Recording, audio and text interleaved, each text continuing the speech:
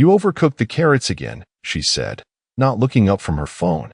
Alan stood at the counter, the carving knife in one hand, the roast chicken steaming on the cutting board in front of him. He was slicing through it with slow, precise strokes, like a man who respected the blade more than the bird. He didn't say anything, just placed a crisp thigh onto her plate, added a spoonful of potatoes, then carrots, the overcooked ones, and set the plate in front of her. Janet didn't touch the food. Instead, she put her phone down like it was an anchor and folded her hands. I want out. Alan blinked once. Not fast. Just one slow, deliberate blink, like a machine rebooting. I'm done, she added, as if clarification was necessary. He didn't sit down, just kept slicing. Okay. A beat of silence. The only sound was the faint tick of the clock over the fireplace and the blade whispering against the wooden board. She narrowed her eyes. That's it. Alan nodded toward her plate. Eat while it's hot. No reaction? No questions? You're just going to, what? Pretend like it doesn't matter? He finally looked at her, calm and steady. I'll sign the papers tomorrow. That wasn't what she expected. Not from the man she spent nearly 3 decades tethered to. Alan wasn't flashy, wasn't loud, but he wasn't passive either. He was the guy who debated store brand versus name brand ketchup for a full month once. The guy who read manuals before buying anything. The guy who took 2 days to decide whether to plant a pine or a cedar in the front yard. And here she was telling him she wanted a divorce, and he was slicing chicken like she just mentioned they were out of salt. I already talked to a lawyer, she added, trying to poke the bear. I've got everything outlined. I'm being fair.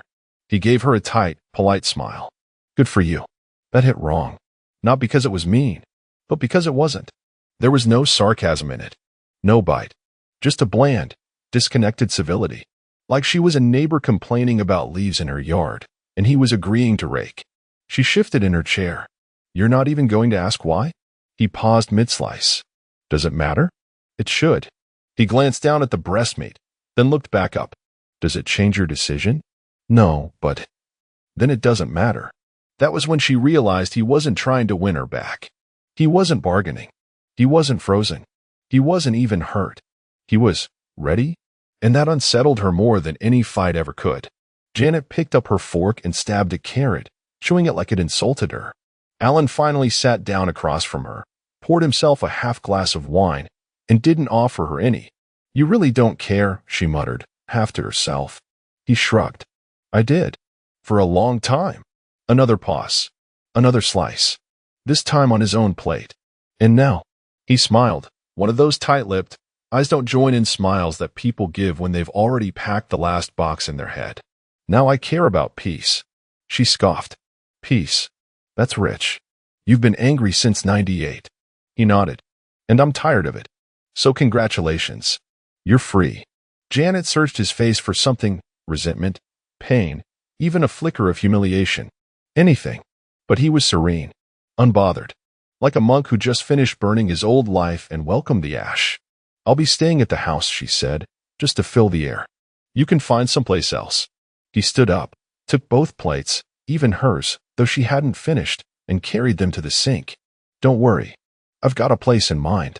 And with that, Alan turned the faucet on, rinsed his hands, and dried them with the towel she crocheted herself 15 years ago. Janet sat alone at the table, wine untouched, a half-eaten carrot cooling next to her knife.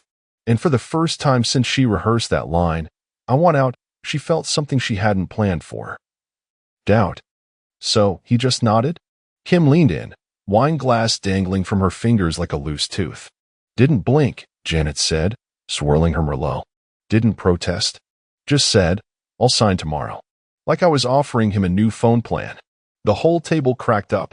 They were at Michelle's place, Thursday night, girls only, red wine flowing like it was bleeding out of someone. The kitchen smelled of overpriced candles and passive-aggressive Pinterest recipes. Janet had just told the story, her version, anyway, for the 3rd time.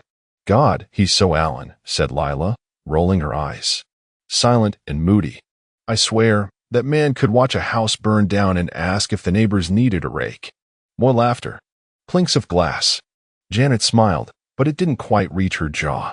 She topped off her drink. I thought maybe he'd break down. Or at least, I don't know. Ask if we could talk. You were married for what, 27 years? Michelle said. You deserved some kind of scene, right? Janet laughed. But no, he just walked to the sink, took my plate, like it was Tuesday. Well, Kim said, lifting her glass in a mock toast, congrats.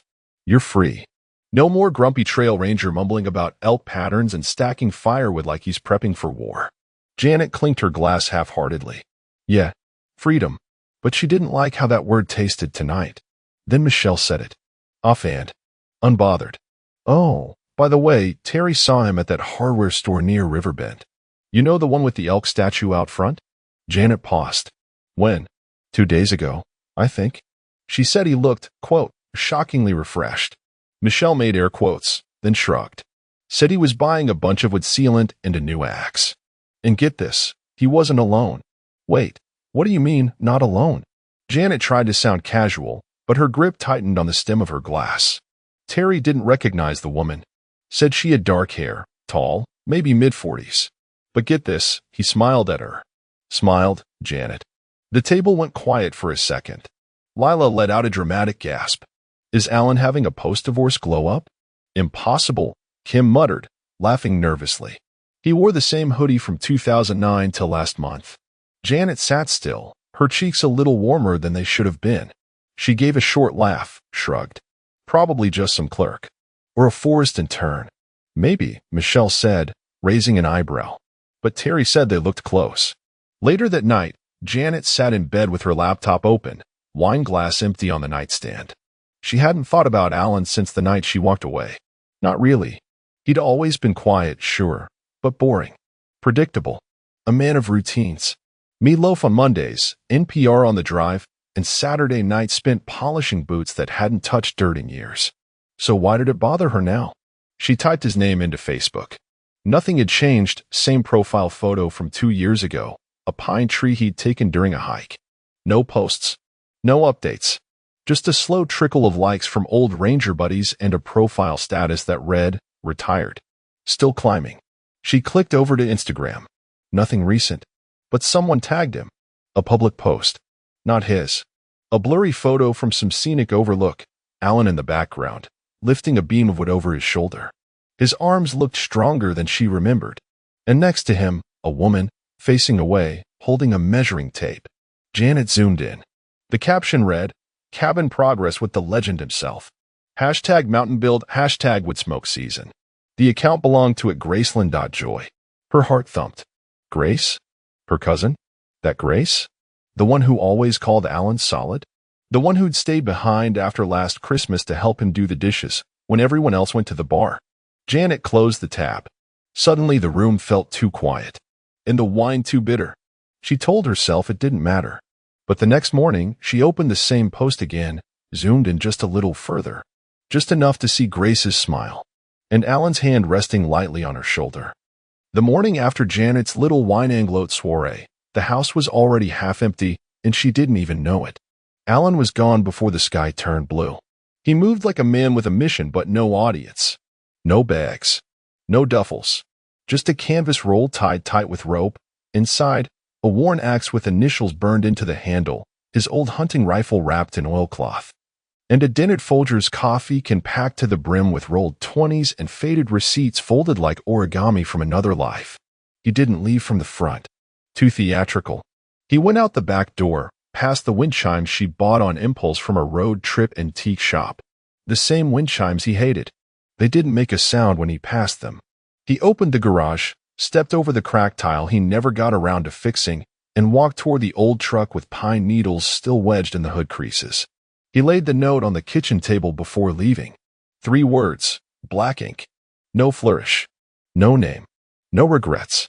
Just peace. No, goodbye. No, I'll miss you. No address. Just a calm, surgical detachment. Janet found the note 2 hours later, still in her robe. She thought maybe he'd gone to the store, or taken one of those brooding man walks he used to take when work stressed him out. But then she noticed the boots were gone. The heavy pair he kept polished even when they hadn't been worn. The key hooked by the door, his side was empty. The safe in the closet stood wide open. The documents were gone. The sidearm he never actually used gone. And something else, the photo. Not a family portrait. No, that one stayed in the hallway with its forced smiles and shoulder-touch poses. The photo Alan took himself, 2 decades ago, standing by a frozen lake with a thermos in one hand and a snow-covered pine at his back. That one always sat in the study. Now there was just dust where the frame used to be. Janet stared at the empty spot for a long time. Then she noticed the silence. No kettle whistling. No deliberate footsteps in the hallway. No crinkle of the newspaper being opened too wide. Even the damn wind chimes were still. She wandered the house in slow, involuntary circuits. Not looking for him. At least that's what she told herself. But checking, confirming. The laundry he always folded perfectly? Not on the chair. His slippers? Gone. His scent? Cedar and tobacco and Old Spice? Already fading. Even the dog's bed was gone. That one made her pause. She walked to the garage. Empty space where the truck used to be. A clean patch on the floor like it never belonged there. She stood there, gripping the note. No regrets. Just peace. And for the first time since she declared she was done, the word didn't sit right. It echoed too much in a house that suddenly felt cavernous, stripped of air. She turned back toward the kitchen. Her heel caught on the edge of the rug he always straightened, her wine from last night still sitting on the table, the glass now a little sticky. She poured it out. Didn't know why. That evening, she wandered into the den and sat on his old recliner. The one she hated. Said it was ugly. Worn leather, scratched on the side. But it still held his shape. Still leaned back with that cranky wheeze it made when he watched football on mute. She sat there until the light faded. And then again, in the dark. She didn't cry. But for a long time, she didn't move either. Because for the first time, she realized he hadn't just left. He had disappeared. And she didn't know where to find him. It started as background noise. A comment in the church parking lot. One of those post-sermon, idle chit-chats that usually revolved around recipes and grandkids and whose hips were giving out that week. Janet was adjusting her sunglasses when Margie Patterson leaned in with that conspiratorial tone she reserved for gossip dressed up as concern. I think I saw Alan yesterday. Janet blinked. Alan. Yes, you're Alan. Well, ex-Alan, I suppose. He was at that trailhead up past Canyon Bluff. The one where the ranger station burned down years ago. Janet forced a smirk. He's probably just pretending to be off-grid again. You know how he loves playing pioneer. Margie laughed a little too long. Well, he wasn't alone. Tall brunette. Not young, not old. Looked capable. Capable. You know. Like the type who'd split firewood in heels and still make a stew from scratch. Janet's mouth went dry. She waved a hand like she was swatting a fly. Alan's allergic to capable. He can't even boil eggs without a guidebook. Margie chuckled, gave her a little squeeze on the arm, and walked away. But the image had already sunk into Janet's mind like a nail in softwood. A woman. On his trail. By Tuesday, she was back at work, trying to ignore the way her phone screen called to her. She kept flipping it face down, then flipping it back over again, like she was waiting for a sign. Instead, she got Martha Blanche from yoga class sliding into her inbox. Saw Alan at the co-op in Fairbrook. Looked great. Rented land upstate, apparently.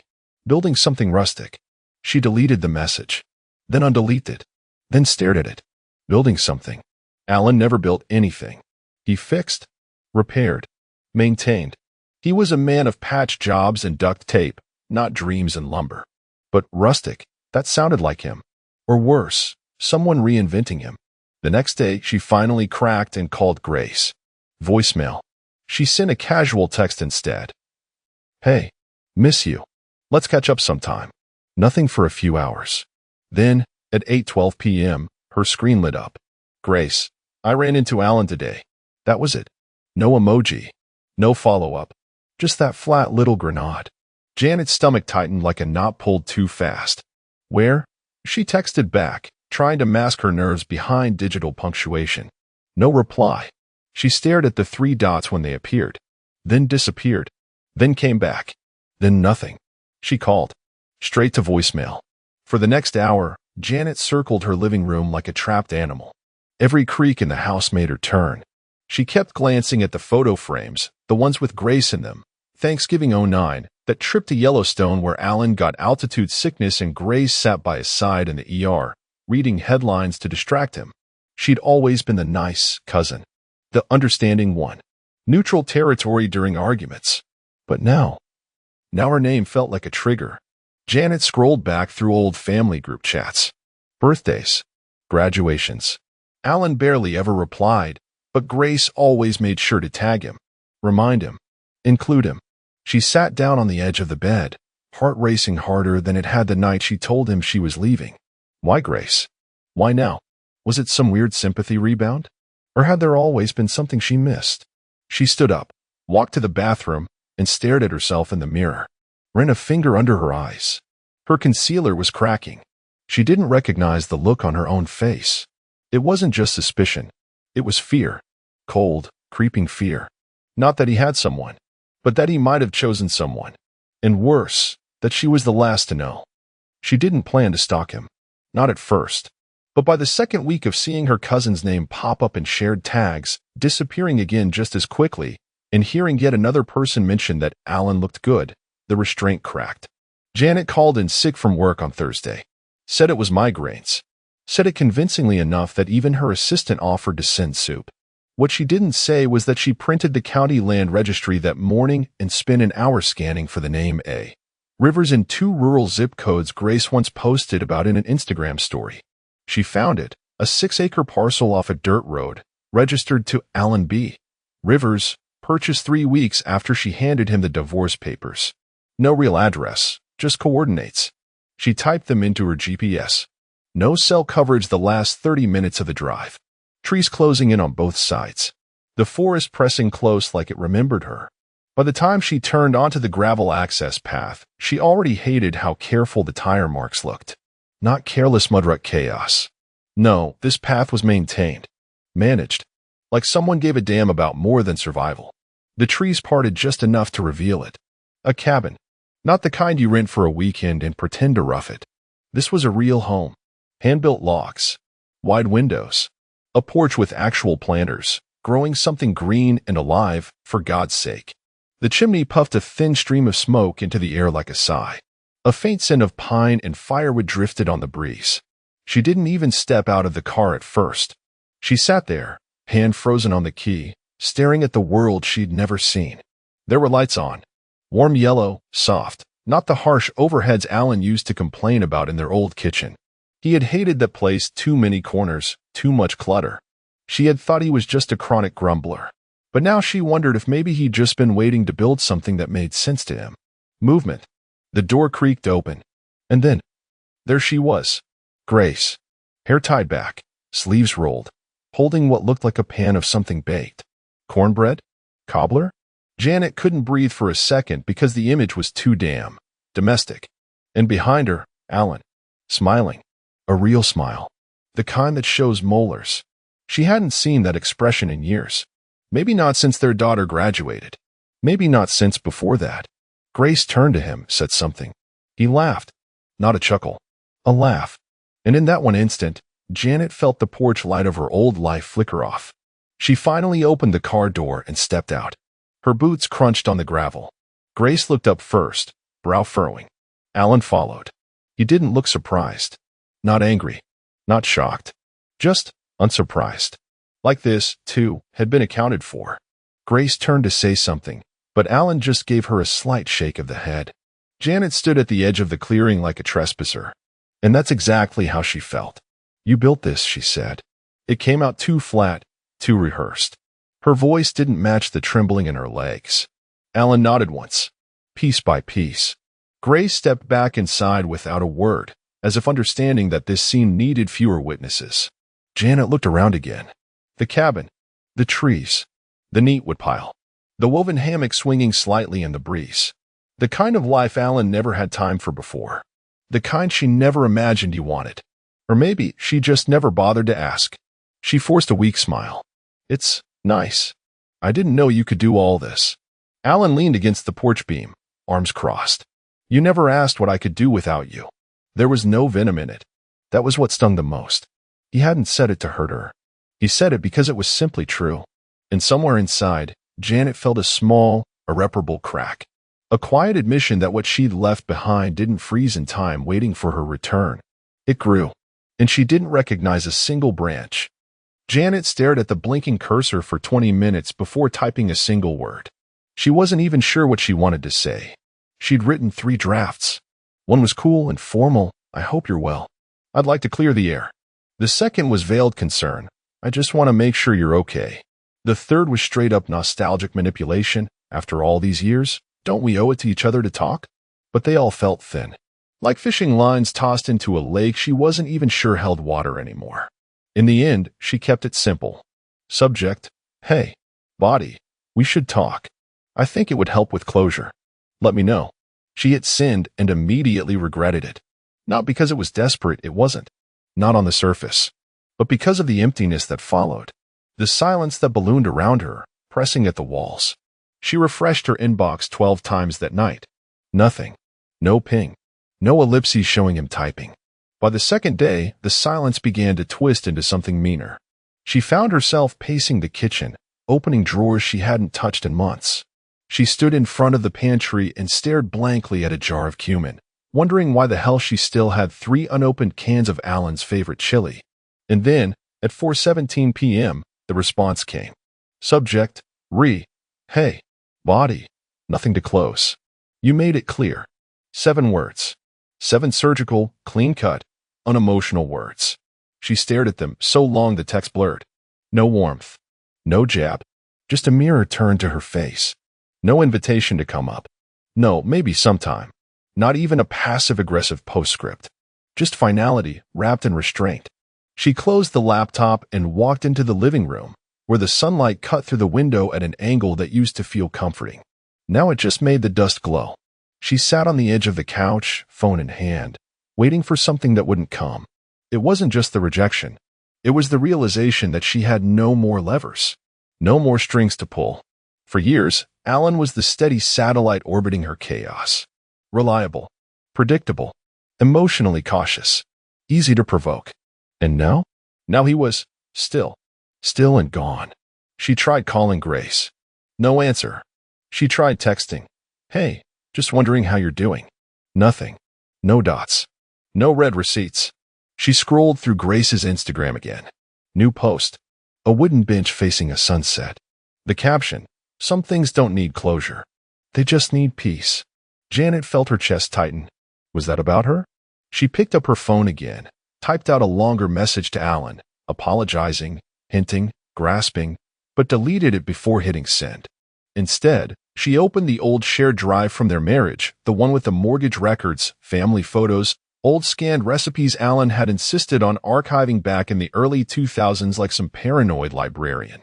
She clicked a random folder, 1998_trip Yellowstone. A photo popped up. Alan standing in front of a pine tree, arms crossed, sun in his eyes. She remembered how annoyed she was that day, how she kept complaining about the bugs, how she spent more time on the payphone with a friend from college than watching the sunset with her husband. And now, the memory wasn't nostalgic. It was indicting. She leaned back on the couch and stared at the ceiling.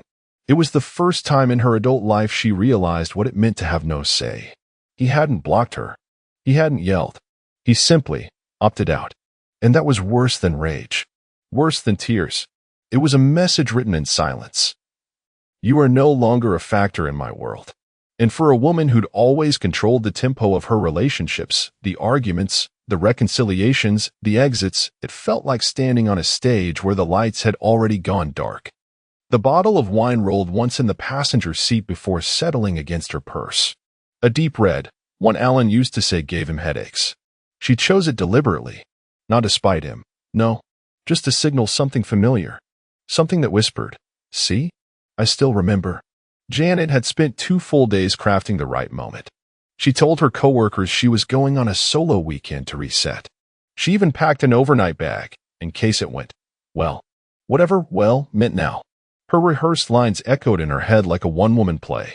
"I'm not here to argue. I've had time to think. Maybe we both rushed into this too fast. They all felt wrong. Too polished. Too late." She glanced in the rearview mirror as the road narrowed. Her lipstick was smudged. She dabbed it with a tissue, then tossed the whole compact aside. The forest closed in like it was judging her. This wasn't the kind of road you stumbled onto. You had to know it. Gravel turned to packed dirt, and then to something barely more than tire marks clawed into the earth. Pines loomed taller now. The sunlight filtered through in beams, like someone upstairs was watching, but not helping. Her phone signal had died 15 minutes ago. She didn't care. Or maybe she did. Maybe she wanted it that way. No backup. No rescues. Just her and the consequences. As the cabin came into view, she actually gasped. It was larger than she remembered. No, not physically, but present. It had presence. Like it had grown roots since the last time she saw it, as if it belonged more than she ever did. There were planters overflowing with thyme and lavender, a new wood pile stacked with obsessive precision, and a fresh coat of stain on the logs. The porch railing gleamed slightly, just enough to suggest someone had oiled it by hand. She parked crooked. The wine bottle clinked as she grabbed it. No bag. No coat. Just the bottle and her carefully arranged smile. She walked up the steps slower than she intended, heels catching in the worn wood. Her pulse tapped at her neck like an impatient finger. She knocked twice. Firm, but not aggressive. And then, nothing. Not a creak. Not a dog bark. She raised her hand again, then froze. A voice. Calm. Clear. Familiar. Come in. 2 words. No surprise. No question. No who is it. Just permission. And that rattled her more than if he'd yelled. She hesitated, finger hovering over the doorknob. Suddenly every imagined version of this moment unraveled. He wasn't supposed to sound that composed. That prepared. She took a breath, smoothed her blouse, and turned the handle. The door swung open with a whisper, no creak, no drama. Just the quiet inhale of a space that didn't need to announce itself. Warmth hit her first. A thick, earthy kind that made her stomach turn, not with nausea, but with something bitter and ancient. The scent of firewood, rosemary, and something baking. Something homemade. She stepped onto the hardwood, boots sinking into a hand-woven rug that looked far too new to be accidental. Her eyes adjusted to the soft, amber light, and then she saw them. Alan stood at the counter, sleeves rolled, face freshly shaven. Not the old, rugged scruff he always wore like a protest. No, this was deliberate, presentable, like he'd cleaned up for something, or someone. And there she was, Grace, pouring wine into 2 glasses with that same calm smile she wore at weddings and baby showers. That smile Janet used to think was harmless. Boring, even. Now it looked like the calm before a storm she hadn't seen coming. Janet's breath caught in her throat like a bone. The bottle in her hand tilted slightly. Grace noticed her first. She didn't gasp, didn't flinch. Just looked at Janet with quiet recognition, like someone finding a postcard from a place they'd already visited. Alan didn't rush to greet her. He didn't move at all. He just raised an eyebrow. Not shocked. Not cold. Just still. Janet spoke, but her voice cracked before the words arrived. What is she doing here? Grace set the wine bottle down, gently. Helping, she said, with the tone of someone who'd been asked a dumb question and still answered politely. Helping Alan rebuild. Janet's mouth opened again, but nothing came out. Alan finally moved, just a small motion, lifting one of the glasses, swirling it once. He didn't look angry. He looked unburdened. And that nearly dropped her. You're living here? She asked, voice sharp, brittle. Alan nodded. We built it together. We. Not I. Grace leaned slightly against the counter. Every beam. Every tile. He even stained the window frames twice because the first coat wasn't quiet enough. She said it with a laugh, but there was something surgical in her phrasing. Measured. Like she'd been saving that line for the moment Janet showed up. Janet's fingers curled tighter around her own wine bottle, still unopened. She wanted to scream, or cry, or throw the goddamn bottle across the room. But instead, she just stared at the 2 of them, standing there, like a couple, like a unit. And she? She was just a guest who hadn't been invited. Is this some kind of retaliation? She asked, eyes locked on Alan. He blinked slowly. Retaliation? No. I'm not here to match your moves, Janet. Grace handed him the second glass, and Alan, without missing a beat, turned to Janet and said, But I am here to stop pretending I didn't have better options. The air left the room. Janet felt it, like someone had cracked a window and let everything she'd assumed about herself get sucked out. She took a step back, then forward again, unsure what the hell she was doing. You and Grace, she whispered. Grace finally took a sip of her wine, eyes still calmly locked on Janet. I believed in him, she said. Long before you stopped. Janet didn't remember setting the bottle down, but it was on the table now. Her hands were empty, like everything else. Janet's jaw worked, but the words fumbled out like they'd forgotten how to walk. What the hell is she doing here? The crack in her voice sliced through the warmth of the cabin like a cold draft, but neither Grace nor Alan flinched. Grace's eyes met hers, cool, patient, unbothered. The same eyes that used to tear up watching cheesy holiday movies now shimmered with something else. Not cruelty, not smugness. Conviction. I told you, Grace said softly, setting her glass down. Helping Alan rebuild. Something you were too busy to do. The words didn't hit like a punch. They landed like a shovel to the ribs. Janet let out a dry, bitter laugh. So this is some little revenge campfire? Is that what this is? Alan finally moved. He turned, slow and deliberate, and took a sip of wine like he was tasting the end of an argument. No, Janet. This is what peace looks like when it's not constantly cleaning up after someone else's expectations. His voice was low, even, and it hurt more than any scream ever could. Grace crossed her arms, her expression unreadable. You thought the house made him small, Janet. You never realized it was just you shrinking around him. Janet blinked fast. Excuse me. I used to think you didn't know what you were doing, Grace continued, her tone still maddeningly calm. But now I think you knew exactly. You clipped him year after year until he stopped reaching for anything. Now that he's got air and light and his own damn tools, you don't recognize him. I was his wife for 27 years, Janet snapped, voice rising. You were a holiday cousin with casserole duty and polite nods. Sure, Grace said. And in all those years, I never once saw you build a thing with him. Janet's breath caught in her throat. She glanced at Alan, waiting, begging for some flicker of sympathy, some flash of recognition, of history, of us. But Alan didn't give it. He just lifted his glass and raised it slightly in her direction. To peace, he said. 2 words. And the floor dropped out. Because it wasn't cruel. It wasn't sarcastic. It was sincere. He wasn't performing. He wasn't posturing. He was living, breathing, settled in a space that he had shaped, with his hands, with someone who saw him not as a fixture in the background of her ambition, but as something worth crafting with. Janet's arms fell to her sides. The sting behind her eyes wasn't anger. It was something more hollow, something more dangerous. Realization. I never meant to break him, she said, but even she didn't believe it as it came out. Alan's gaze didn't soften. No, he replied. You just never cared enough to notice when the pieces stopped fitting. She stood there, unraveling in real time, the wine bottle untouched, her plans dissolving, all her rehearsed speeches crumbling under the weight of 3 unshakable facts. Alan was happier. Grace was staying, and she wasn't even necessary to the ending anymore. Just a footnote in the chapter she thought she had written. Janet stood in the center of the room, a ghost in her own memory. She looked at the chair in the corner, simple, hand-built, sturdy. It reminded her of the man she used to live with, the man she assumed would wait, who always waited through the slammed doors, the silent dinners, the birthday parties where she introduced him as just Alan instead of my husband.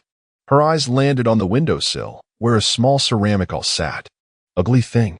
She once mocked him for buying it at a flea market, said it looked like something from a gas station bathroom. Now, it stood proudly among a tiny forest of potted herbs. Unapologetically his.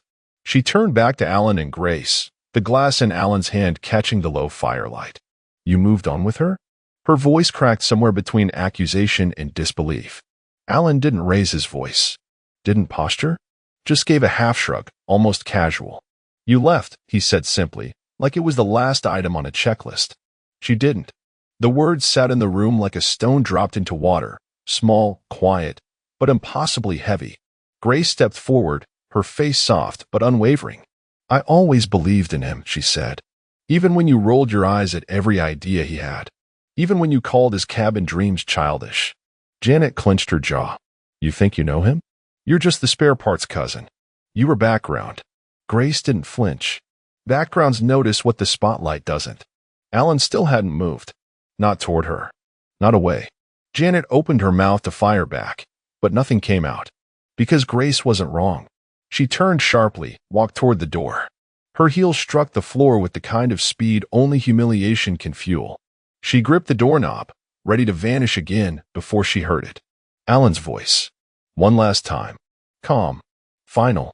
You said you were done, he said, almost kindly. She froze. Turns out, he added, so was I. The silence that followed wasn't awkward. It was absolute. Janet stood there, her hand on the knob, staring at the grain in the door like it might rewrite the last 20 minutes if she just looked hard enough. But nothing changed. No one called her back. No one softened. And that was when she knew. The grip she thought she held all those years on him, on the narrative, on the ending was gone. He didn't hate her. He didn't need to. Because he was free. She stepped out into the cold, closing the door behind her. And it didn't creak. It clicked shut, clean, certain, and complete. The room smelled like lilies and wine, a sickly sweet combination that clung to my senses like a warning. Jennifer's laugh pierced through the hum of the crowd. Too loud, too rehearsed. My eyes scanned the faces around the table, all turned toward her as she basked in the glow of attention. She was always good at that, turning on her charm like a light switch. Tonight, though, something felt off. It wasn't the kind of off you could explain in words, but the kind that worms its way into your gut and takes hold.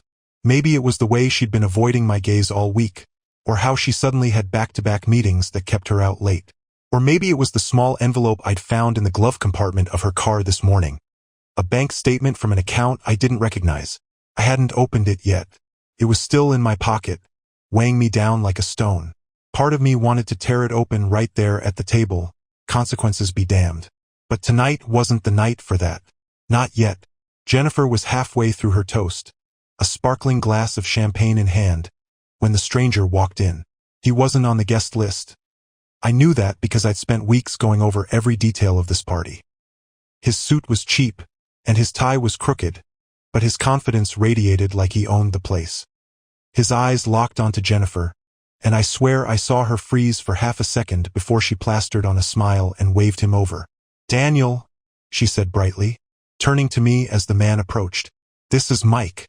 He's an old friend from college." Mike, sure.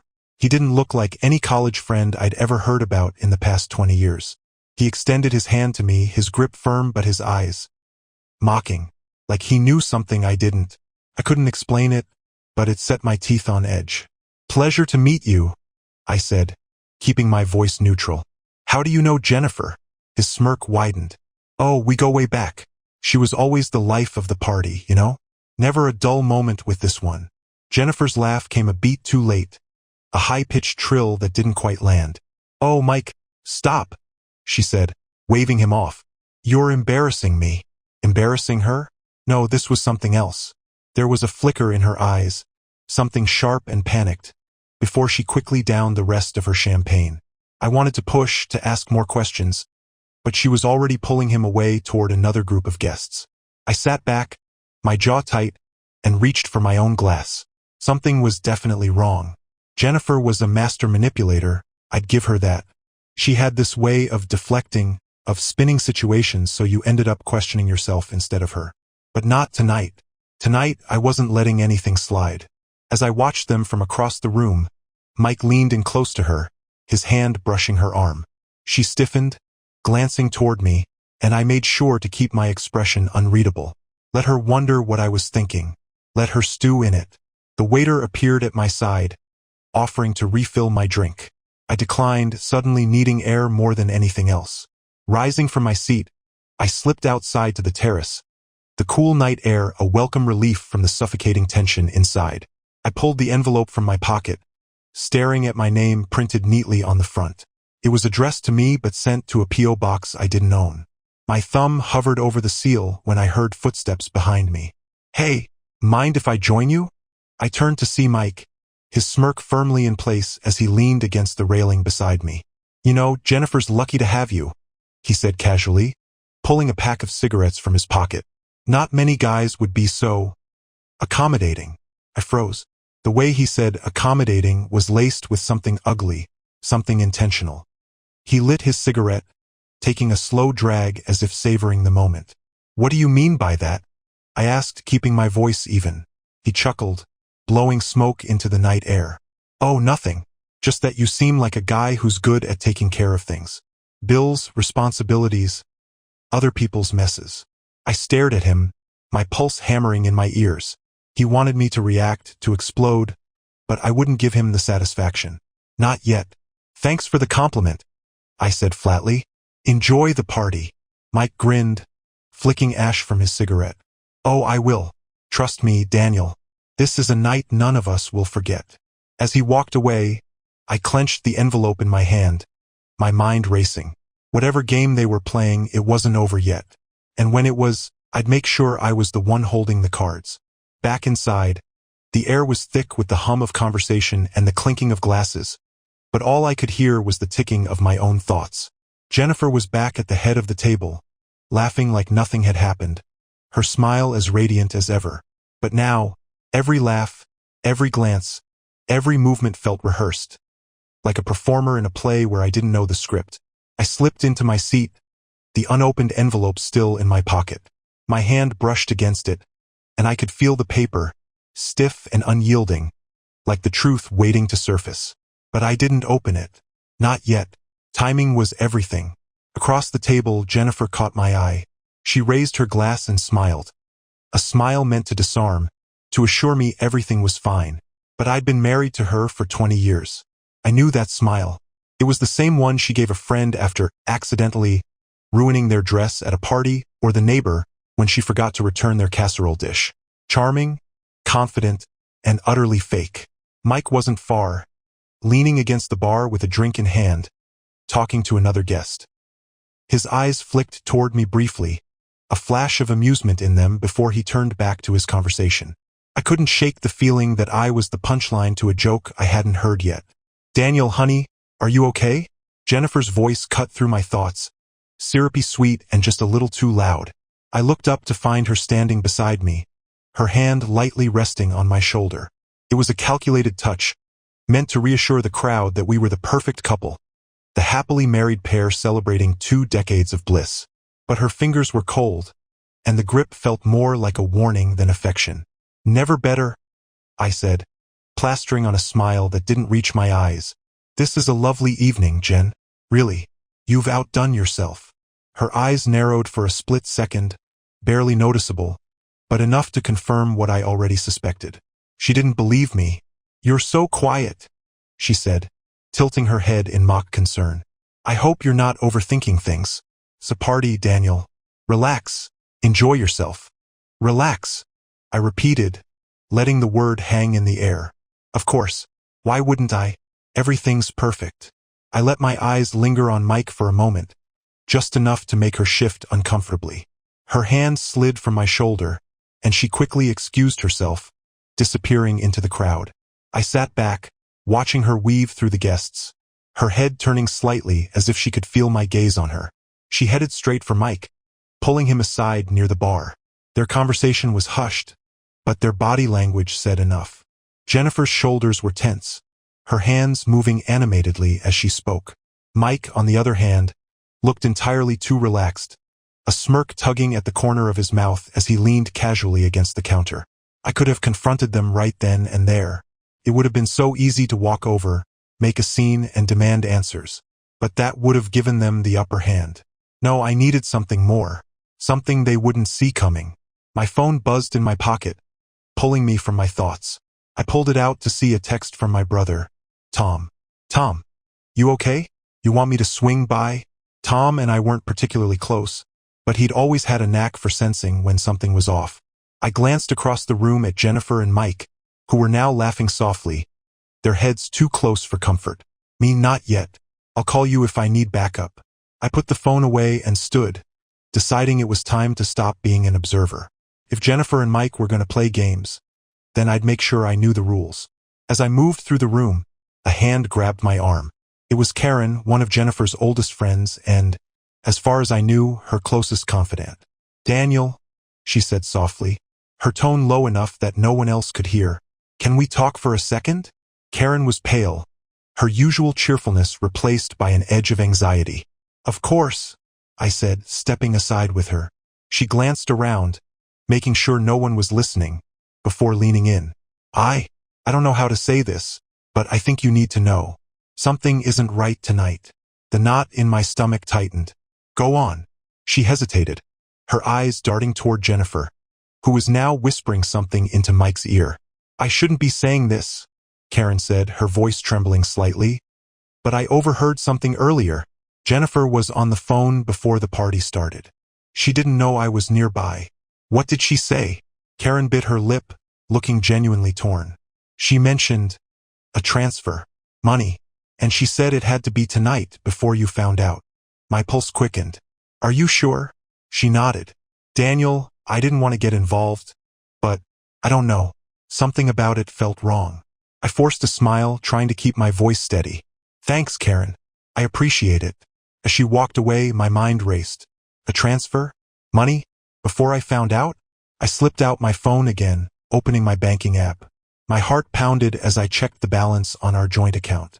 It was there, the glaring red flag I hadn't been prepared for. A recent withdrawal of $50,000. Jennifer had just raised the stakes, and she didn't even know the game was about to change. Jennifer's laughter rang out as I slipped my phone back into my pocket. She was mid-conversation with Mike, her hand resting lightly on his arm. A gesture that might have seemed innocent to anyone else, but now screamed familiarity. My head was spinning with questions. Who else was in on this? What was the money for? And how far had this betrayal gone? I didn't have time to hesitate. If Jennifer thought she could play me for a fool, she had another thing coming. I approached the table where they stood, my step steady, my expression carefully neutral. Jennifer, I said smoothly, interrupting whatever hushed nonsense she was whispering to Mike. Could I borrow you for a moment? There's something I'd like to discuss. Her eyes flickered with a mix of surprise and unease, but she recovered quickly, flashing that practiced smile. Of course, darling. Can it wait until after the party? No, I said firmly, keeping my tone polite but leaving no room for negotiation. It's important. Mike raised an eyebrow, his smirk as infuriating as ever. Need a hand, Daniel?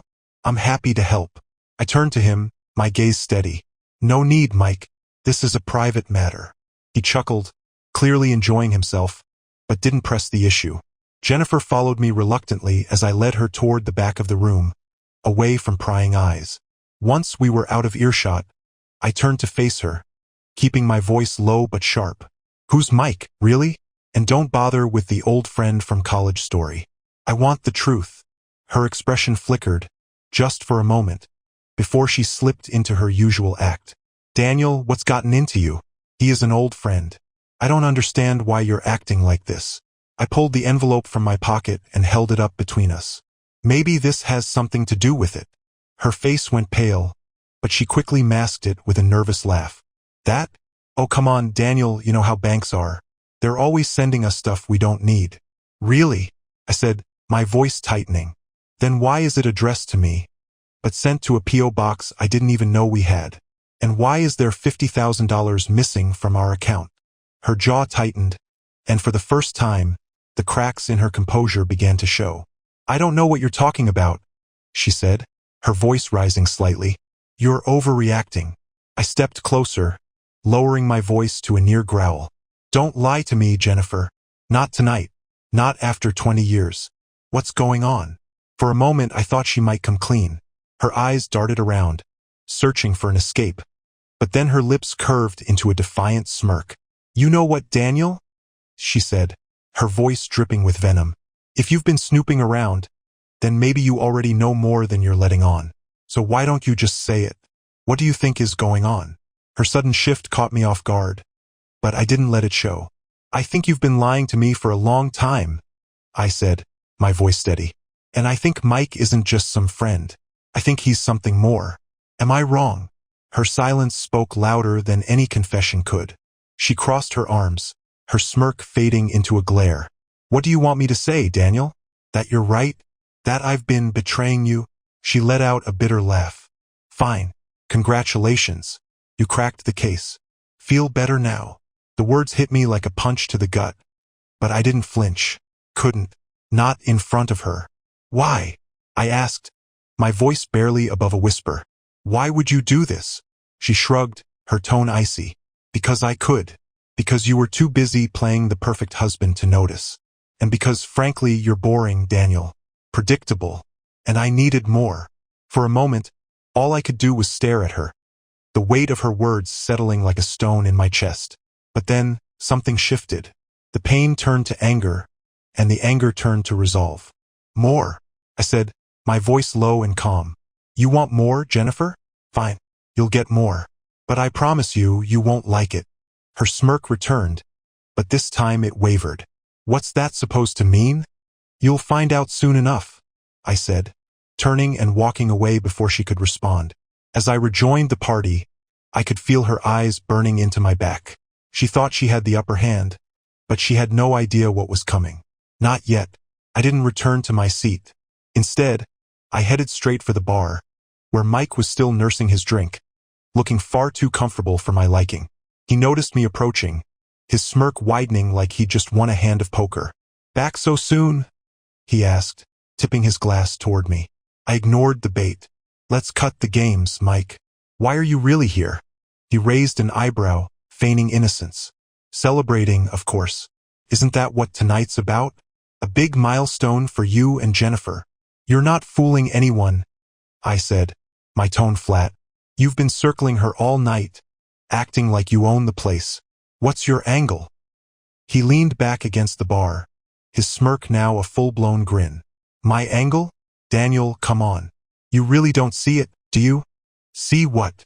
He chuckled, swirling the liquid in his glass. That all of this? He gestured vaguely around the room. It's mine. The life, the house, the money. You were just the one keeping it warm for me. The audacity of his words left me momentarily stunned. He was so casual, so brazen, as if he enjoyed twisting the knife. You think this is funny? I asked, my voice dangerously calm. Oh, I think it's hilarious, he said, leaning in closer. Watching you play the doting husband, clueless about what's really been going on. Honestly, I've been waiting for this moment for years. Years. The word echoed in my head like a gunshot. This wasn't just a fling or a mistake. It was deliberate, calculated, a betrayal that stretched back further than I'd imagined. I clenched my fists, but I forced myself to stay composed. Losing control would only give him the satisfaction he craved. You've been waiting, huh? So why now? Why show your face tonight of all nights? Mike grinned, clearly relishing the attention. Because Jennifer thought it'd be poetic. 20 years of her little charade, and now it's time for the big reveal. She wanted you to know how things really stand.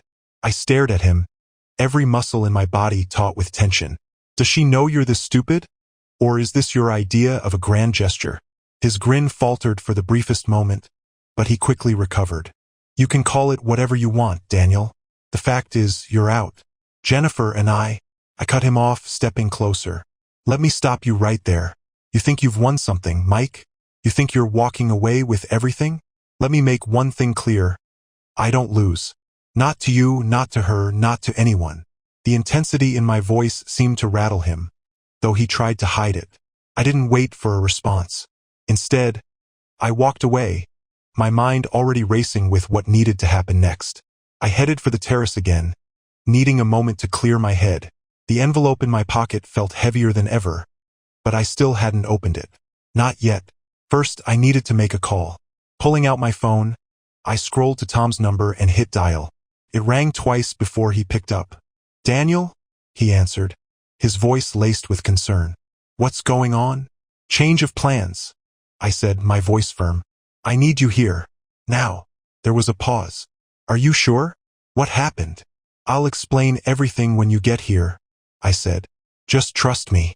And bring the folder. The folder? You mean?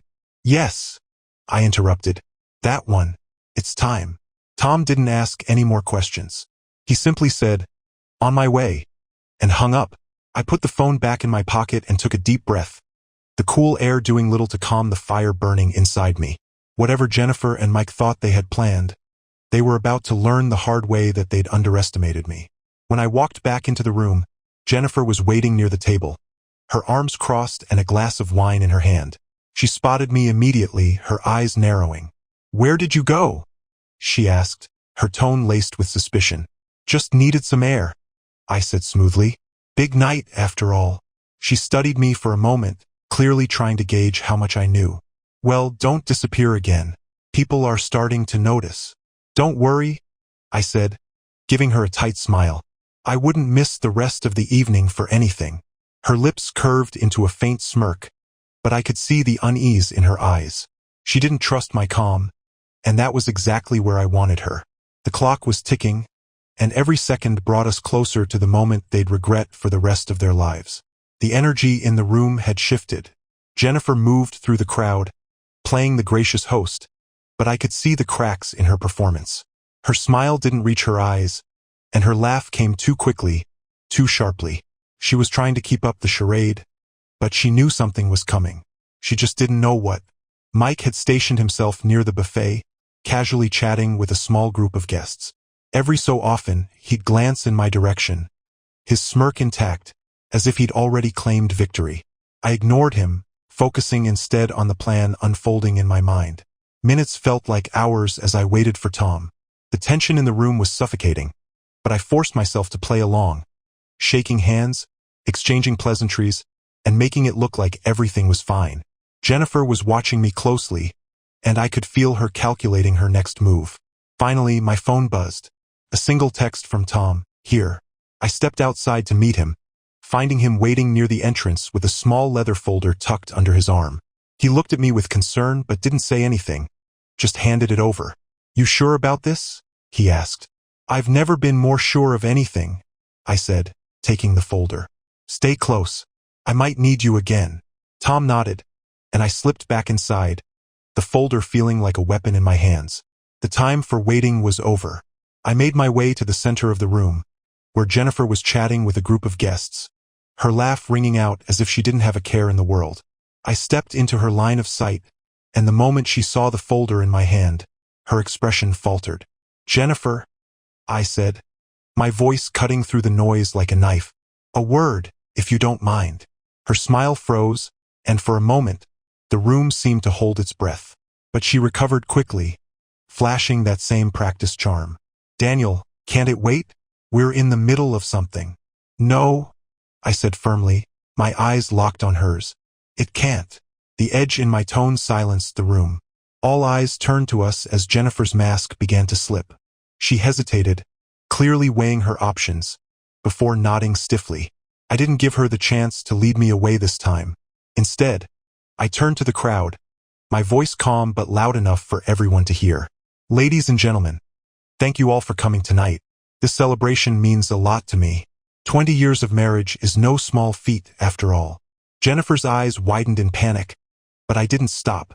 And since tonight is all about celebrating honesty and love, I thought it would be the perfect time to share something very special. There were murmurs of confusion as I opened the folder, pulling out a stack of papers. Jennifer's face had gone pale, her hands trembling slightly as she tried to maintain her composure. "What are you doing, Daniel?" she hissed, her voice low and frantic. "Just sharing the truth, darling," I said, meeting her gaze.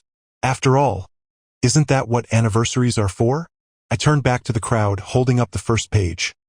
A bank statement from the account she thought I didn't know about. "This," I said, my voice steady, "is a record of a joint account Jennifer opened without my knowledge.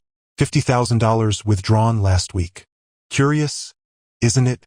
The crowd murmured in shock, and Jennifer's facade cracked further. "Daniel, stop this," she said, her voice sharp with desperation. "You're embarrassing yourself." "Am I?" I countered, pulling out the next page. "This one's interesting, too. Property deed. Signed by Jennifer and Mike." There were gasps from the crowd, and all eyes turned to Mike, whose smirk had finally disappeared. "Would you like to explain, Jennifer?" I asked, my tone calm but ice cold. She opened her mouth to speak, but no words came out. "No? That's fine," I said, turning back to the crowd. "Because there's more. A lot more." I laid out the rest of the papers on the table in front of us. Emails, messages, financial records. Everything I'd spent the last few weeks gathering, piece by piece. "You've been busy, Jennifer," I said, my voice cutting through the stunned silence. "Lying, stealing, building a whole other life with Mike. All while I was footing the bill." The room erupted into chaos. Guests whispered in shock, some glaring at Jennifer and Mike, others looking at me with pity. Jennifer's composure had completely shattered, and Mike looked like he wanted to disappear. "This wasn't supposed to happen like this," Jennifer finally said, her voice shaking. "Oh, I'm sure it wasn't," I said, stepping closer to her. "But here we are. And don't worry, This is just the beginning. I turned to Mike, who had taken a step back, clearly unsure of what to do. As for you, I said, my voice low and steady, I hope you enjoyed your little toast earlier, because the bill's about to come due. His face drained of color, and for the first time all night, he looked genuinely afraid. I picked up the folder and walked away, leaving Jennifer and Mike to deal with the fallout. This wasn't over, not by a long shot. But for now, I'd done enough. Let them squirm. Let them fear what was coming next. The party was over, but the night was far from finished. Guests had left in a flurry of whispers and judgmental glances, their pity aimed squarely at me. I didn't care. Let them think what they wanted. They didn't know the full story, not yet. Jennifer and Mike hadn't spoken a word since I dropped the bombshell. She had tried to play damage control, pulling me aside in a desperate attempt to regain control of the situation, but I'd brushed her off without a second glance. Mike, on the other hand, had slinked out the door like the coward he was, avoiding eye contact with anyone on his way out. Now it was just Jennifer and me in the house, the silence between us as heavy as the betrayal that hung in the air. She stood in the living room, arms crossed, her expression a mix of anger and desperation. "What the hell was that, Daniel?" she snapped, breaking the silence. "You think humiliating me in front of everyone is going to fix anything?" I stared at her, my calm facade finally cracking. "Fix anything? Jennifer, do you even hear yourself? This isn't about fixing things. This is about you finally facing the consequences of your actions." She scoffed, rolling her eyes. "Oh, please, spare me the lecture. You're not some saint, Daniel. You think you're better than me because you kept your nose clean? Because you didn't stray? Well, newsflash. That doesn't make you a hero. It makes you boring."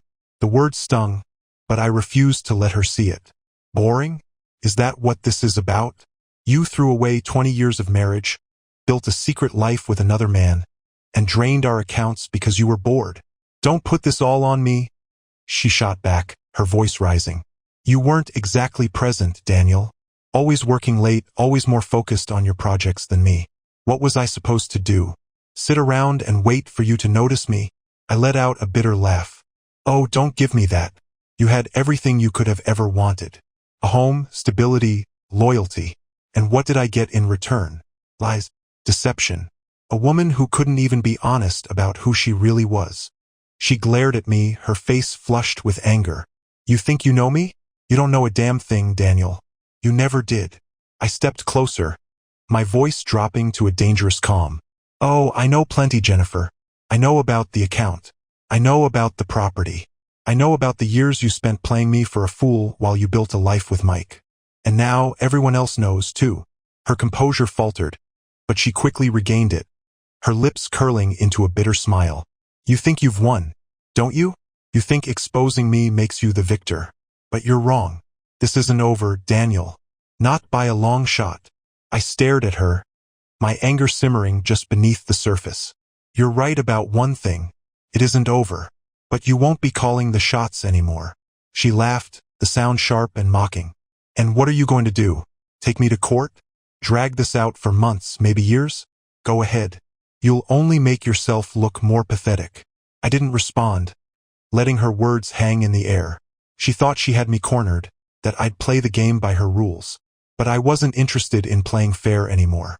Instead, I walked to the side table near the couch and pulled out a folder identical to the one I'd shown at the party.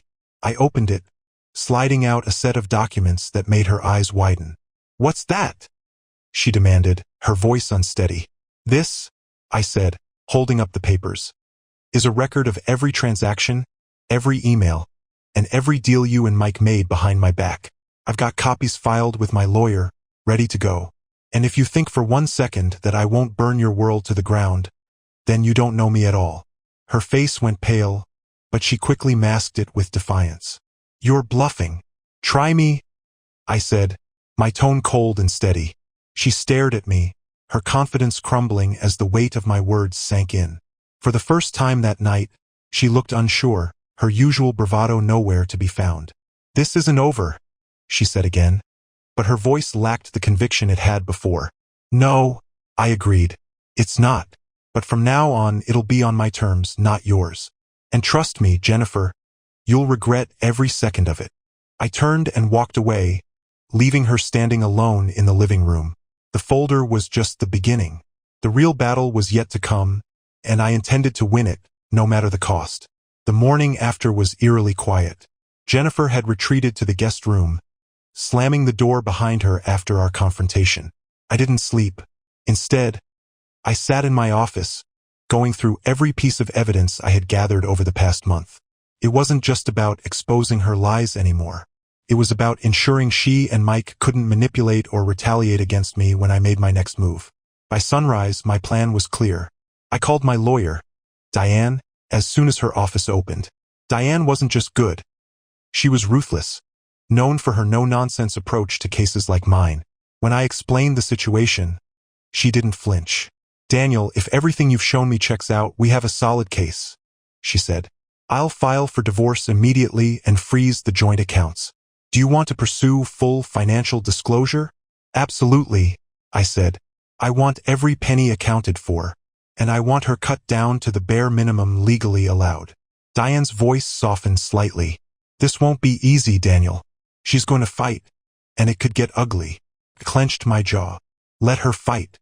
I'm done being her doormat. After hanging up, I felt a strange sense of calm, like the storm had finally started to clear. But there was still one loose end, Mike. Later that afternoon, I made a call to a private investigator I'd hired weeks ago. Marcus had been instrumental in uncovering Jennifer's secret life, and I needed his help one last time. "Marcus, I need you to dig deeper on Mike," I said. "I want to know everything about him. Where he works, his finances, his family, everything." Marcus let out a low whistle. "You really want to bury this guy, huh?" "I want leverage," I replied. "Whatever skeletons he's hiding, I want them out of the closet." "Consider it done," Marcus said. "Give me a couple of days." With those pieces in motion, I turned my attention back to Jennifer. She hadn't come out of the guest room all morning, but I knew she was awake. I could hear her pacing, her footsteps sharp and agitated against the hardwood floor. She was likely trying to figure out her next move, but I wasn't going to give her the chance to act first. I knocked on the door, my tone cold and steady.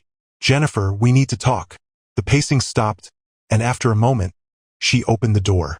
Her face was a mask of indifference, but her eyes betrayed her unease. "What do you want, Daniel?"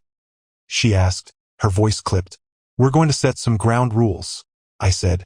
"Until this is over, you're going to respect my boundaries, and you're not going to pull any stunts. Do you understand?" She crossed her arms, her expression hardening. "You don't get to dictate terms to me." "Oh, but I do," I said, stepping closer. "You see, Jennifer, I've got enough evidence to destroy your reputation. Not just in court, but with every single person you've ever charmed into thinking you're a saint. Do you really want to test me?" Her jaw tightened, but she didn't respond. "That's what I thought," I continued. "Now, you can stay here until we figure out the logistics, but you'll stay out of my way. And if you try to siphon another dollar out of our accounts, you'll regret it." Her lips curled into a bitter smile. "You think you're so clever, don't you? Acting like you're some big shot. But you're just a bitter man who couldn't keep his wife happy." I leaned in, my voice dropping to a near whisper. "And you're a desperate woman who thought she could get away with everything. But now you're just cornered." She stared at me, her expression a mix of anger and fear, but she didn't say another word. Instead, she slammed the door in my face, and I let her.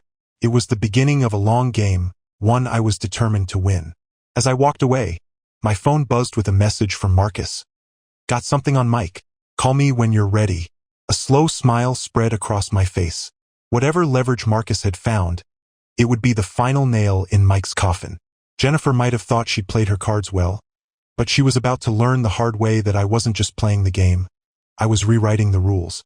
That evening, Marcus called me back with a tone that said he was holding a trump card. "You're going to love this, Daniel," he said, the faintest hint of a grin in his voice. "Mike's not just your average sleazeball. He's been running scams for years. Turns out your wife isn't his first victim." I leaned forward in my chair, gripping the phone tighter. "Go on." "He's a professional con artist," Marcus continued. "He targets women with money or connections to money. He's left a trail of financial ruin behind him. 3 women have already filed lawsuits against him for fraud. but none of them got far. He's slippery. Uses fake identities, shell companies, the works. And Jennifer? I asked, already piecing together the puzzle. She's his biggest score so far, Marcus said. With your financial backing, he's been living the high life. That property they bought together? It's in her name, but he's the one listed as the primary occupant. If she's not careful, he'll bleed her dry and disappear the second things go south. My stomach churned at the realization. Jennifer wasn't just a cheater. She was a pawn in Mike's larger scheme. But instead of pity, I felt a cold, calculated resolve. If Mike thought he could outsmart me, he was in for a rude awakening. Send me everything you've got, I said. Every document, every connection. I want it all. You got it, Marcus replied. Oh, and one more thing. He's got another woman on the hook. A waitress from some dive bar downtown. Looks like he's setting her up as his next mark. Perfect, I said, my voice cold. I know exactly how to use that. After I hung up, I sat in silence for a moment, letting the information sink in. Mike wasn't just a problem to be dealt with, he was an opportunity. If I played my cards right, I could not only expose him but also turn him into Jennifer's worst nightmare. The next morning, I made my move. I asked Marcus to arrange a meeting with the waitress, a woman named Laura. From the photos Marcus had sent, she looked young and vulnerable, the perfect type for a predator like Mike. But now she was about to become my ally. We met at a small cafe on the edge of town. Laura was hesitant at first, her arms crossed and her eyes wary.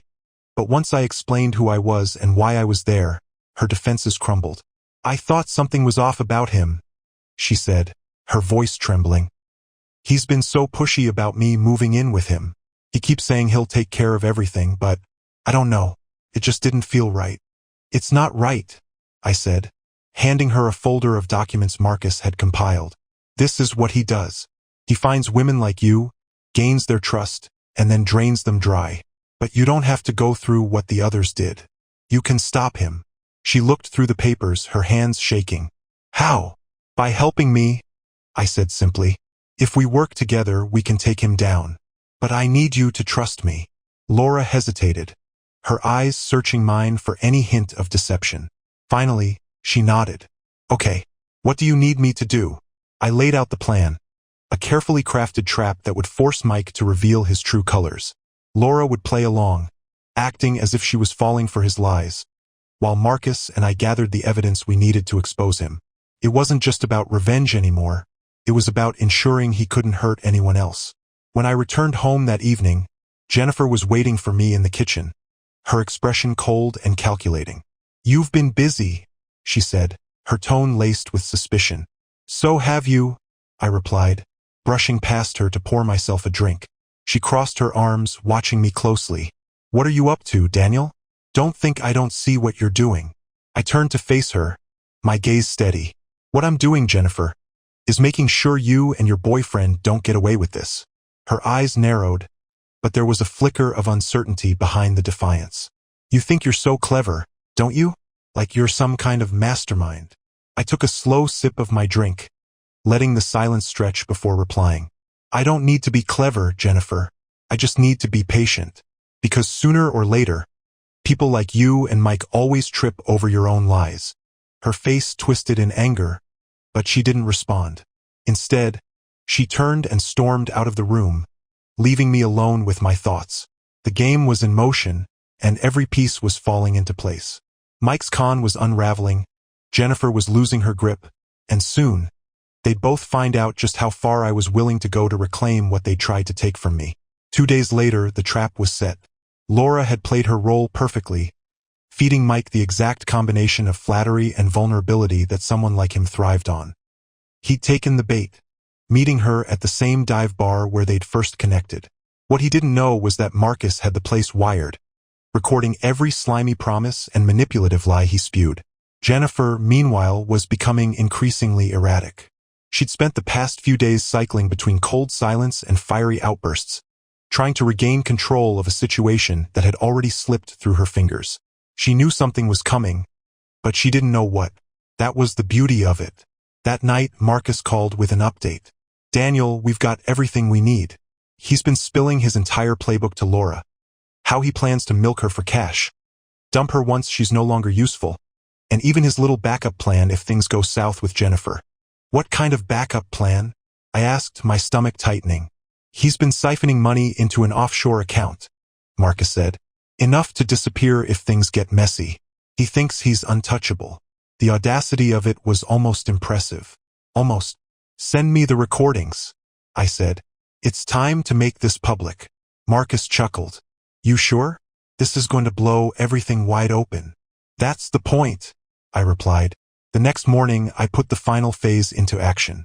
I sent the recordings and all the evidence Marcus had gathered to Diane, who wasted no time drafting a public disclosure. It was a calculated move, designed not just to expose Mike, but to drag Jennifer's complicity into the light. By noon, the story was everywhere.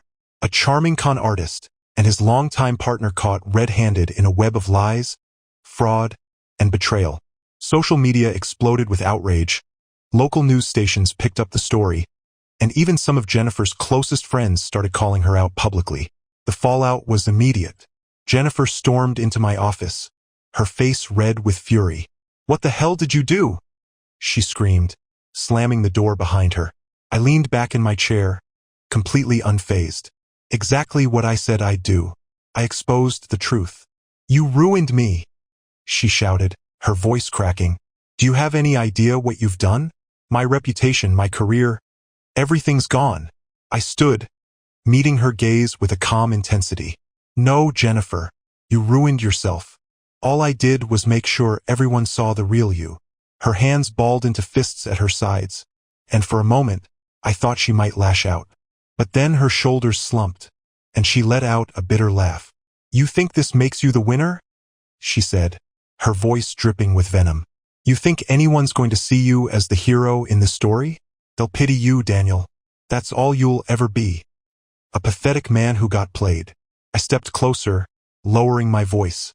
"Let them think what they want. I didn't do this for anyone else.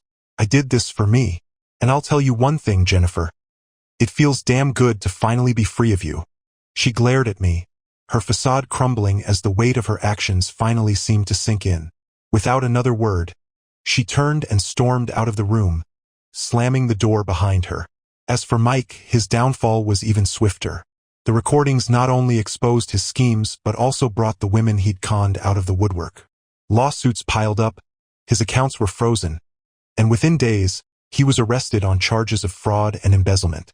The last I heard, Jennifer was scrambling to find a lawyer willing to take her case, but her options were limited. She'd burned too many bridges, and now she was on her own. I, on the other hand, felt a weight lift from my shoulders. For the first time in years, I could breathe again. The war was over and I'd come out on top. But this wasn't just about revenge. It was about reclaiming my life, my dignity, and my future. And as I stood in the quiet of my now empty home, I felt something I hadn't felt in a long time: peace. The days following the explosion of Jennifer and Mike's scandal were a whirlwind of fallout. Jennifer had gone into full damage control mode, but no amount of manipulation could undo the damage. Her professional reputation was in shreds, her social circle had turned against her, and her financial security was unraveling fast. I didn't revel in her misery, not outwardly at least, but there was a certain satisfaction in watching her scramble. After 20 years of lies and betrayal, she was finally getting what she deserved. Mike, however, was in worse shape. The lawsuits were piling up faster than he could blink, and his arrest had made him the poster boy for every cautionary tale about con artists. Laura, the waitress he'd targeted, had cooperated fully with the authorities, providing enough evidence to ensure he wouldn't be seeing the outside of a jail cell anytime soon. But I wasn't done yet. There was one final piece of the puzzle that needed to be played, and it was the move that would ensure Jennifer and Mike couldn't rise from the ashes they'd created. I sat in my lawyer Diane's office, reviewing the final divorce documents. Jennifer had fought tooth and nail to keep as much of our assets as possible, but the evidence of her financial misconduct had left her with little leverage. She was walking away with less than half of what she thought she'd get, and even that was contingent on her agreeing to the terms I'd set. "Are you sure you want to include this clause?" Diane asked, her brow furrowed as she looked over the documents. "Absolutely," I said without hesitation. Diane nodded, though she still looked skeptical. It's unconventional, but given the circumstances, I don't see why a judge wouldn't approve it. She slid the papers across the table, and I signed them with a steady hand. When I returned home, Jennifer was waiting for me in the kitchen, a glass of wine in her hand and an air of forced confidence about her.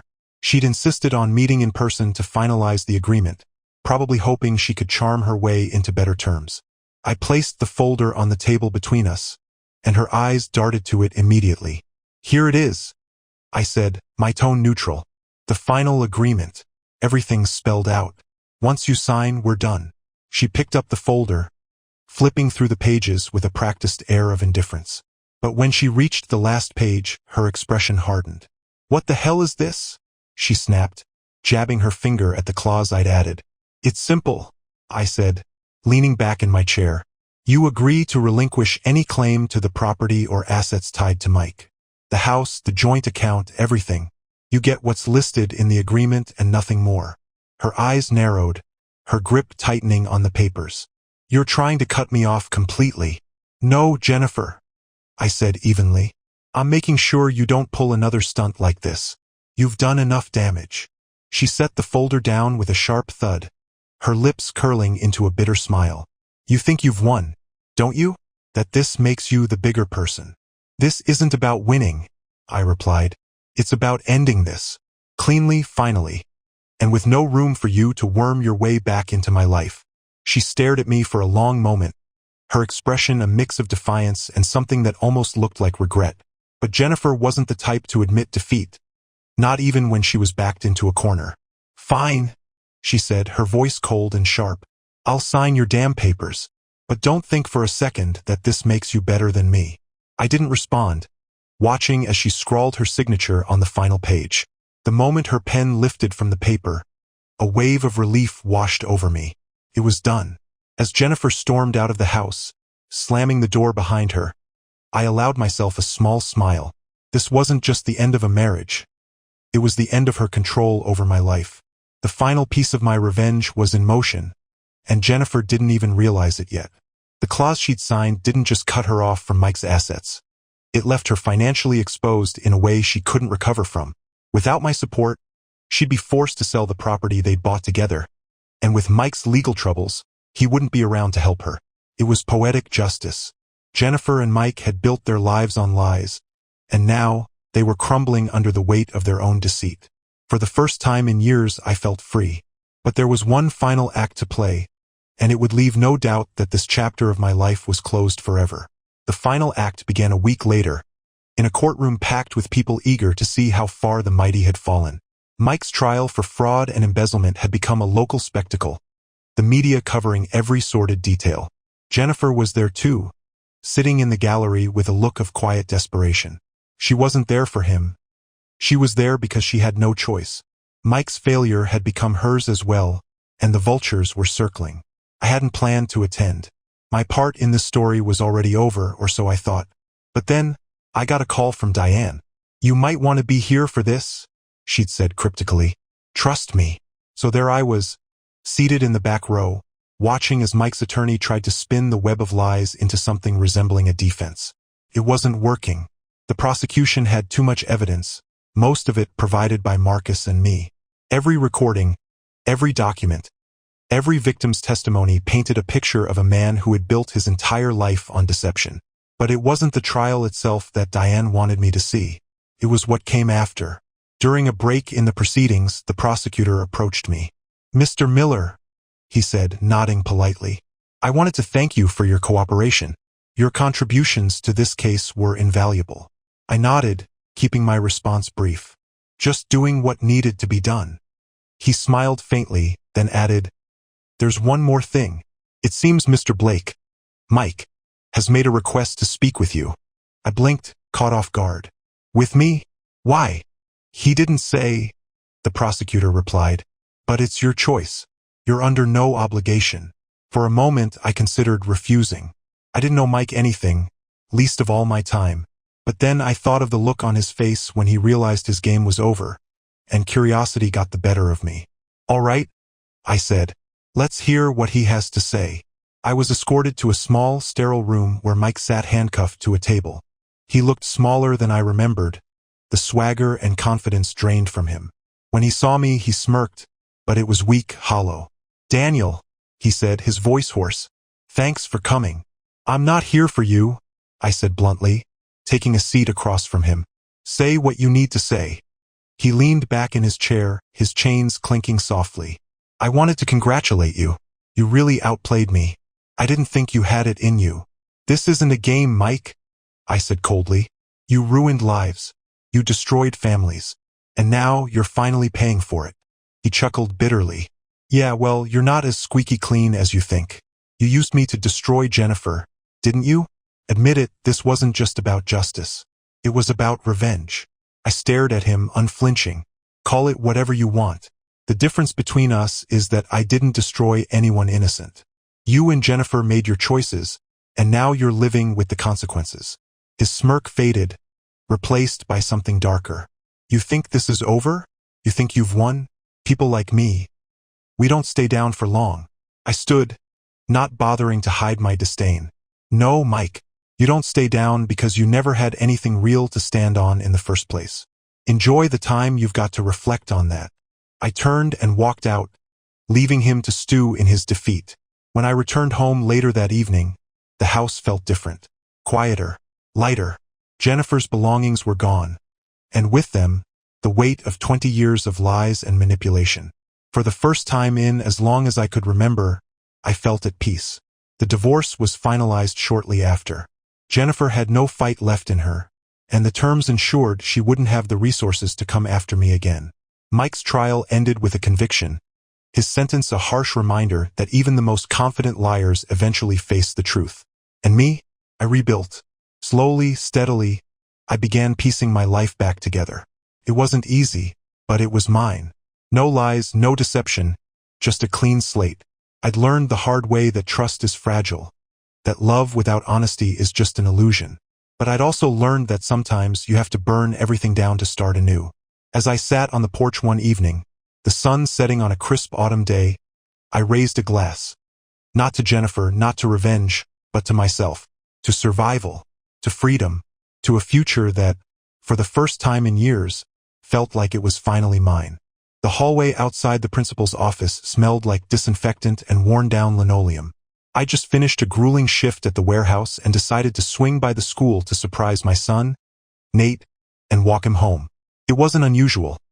Our place was only a 15-minute walk, and I thought it'd be a nice break from staring at shipping manifests all day. What was unusual, though, was seeing Erin's car parked out front when I arrived. She hadn't mentioned a meeting or anything, and the Tesla was impossible to miss, gleaming in the afternoon sun like some kind of trophy. I stepped inside, my work boots squeaking against the floor, and that's when I heard her voice. I couldn't see her at first, but the sharpness in her tone made me stop dead in my tracks. "Honestly, Mom, I don't know what the big deal is. Nate's fine. The other kids' parents are just overreacting. Boys fight, so what? It's not like he killed anyone."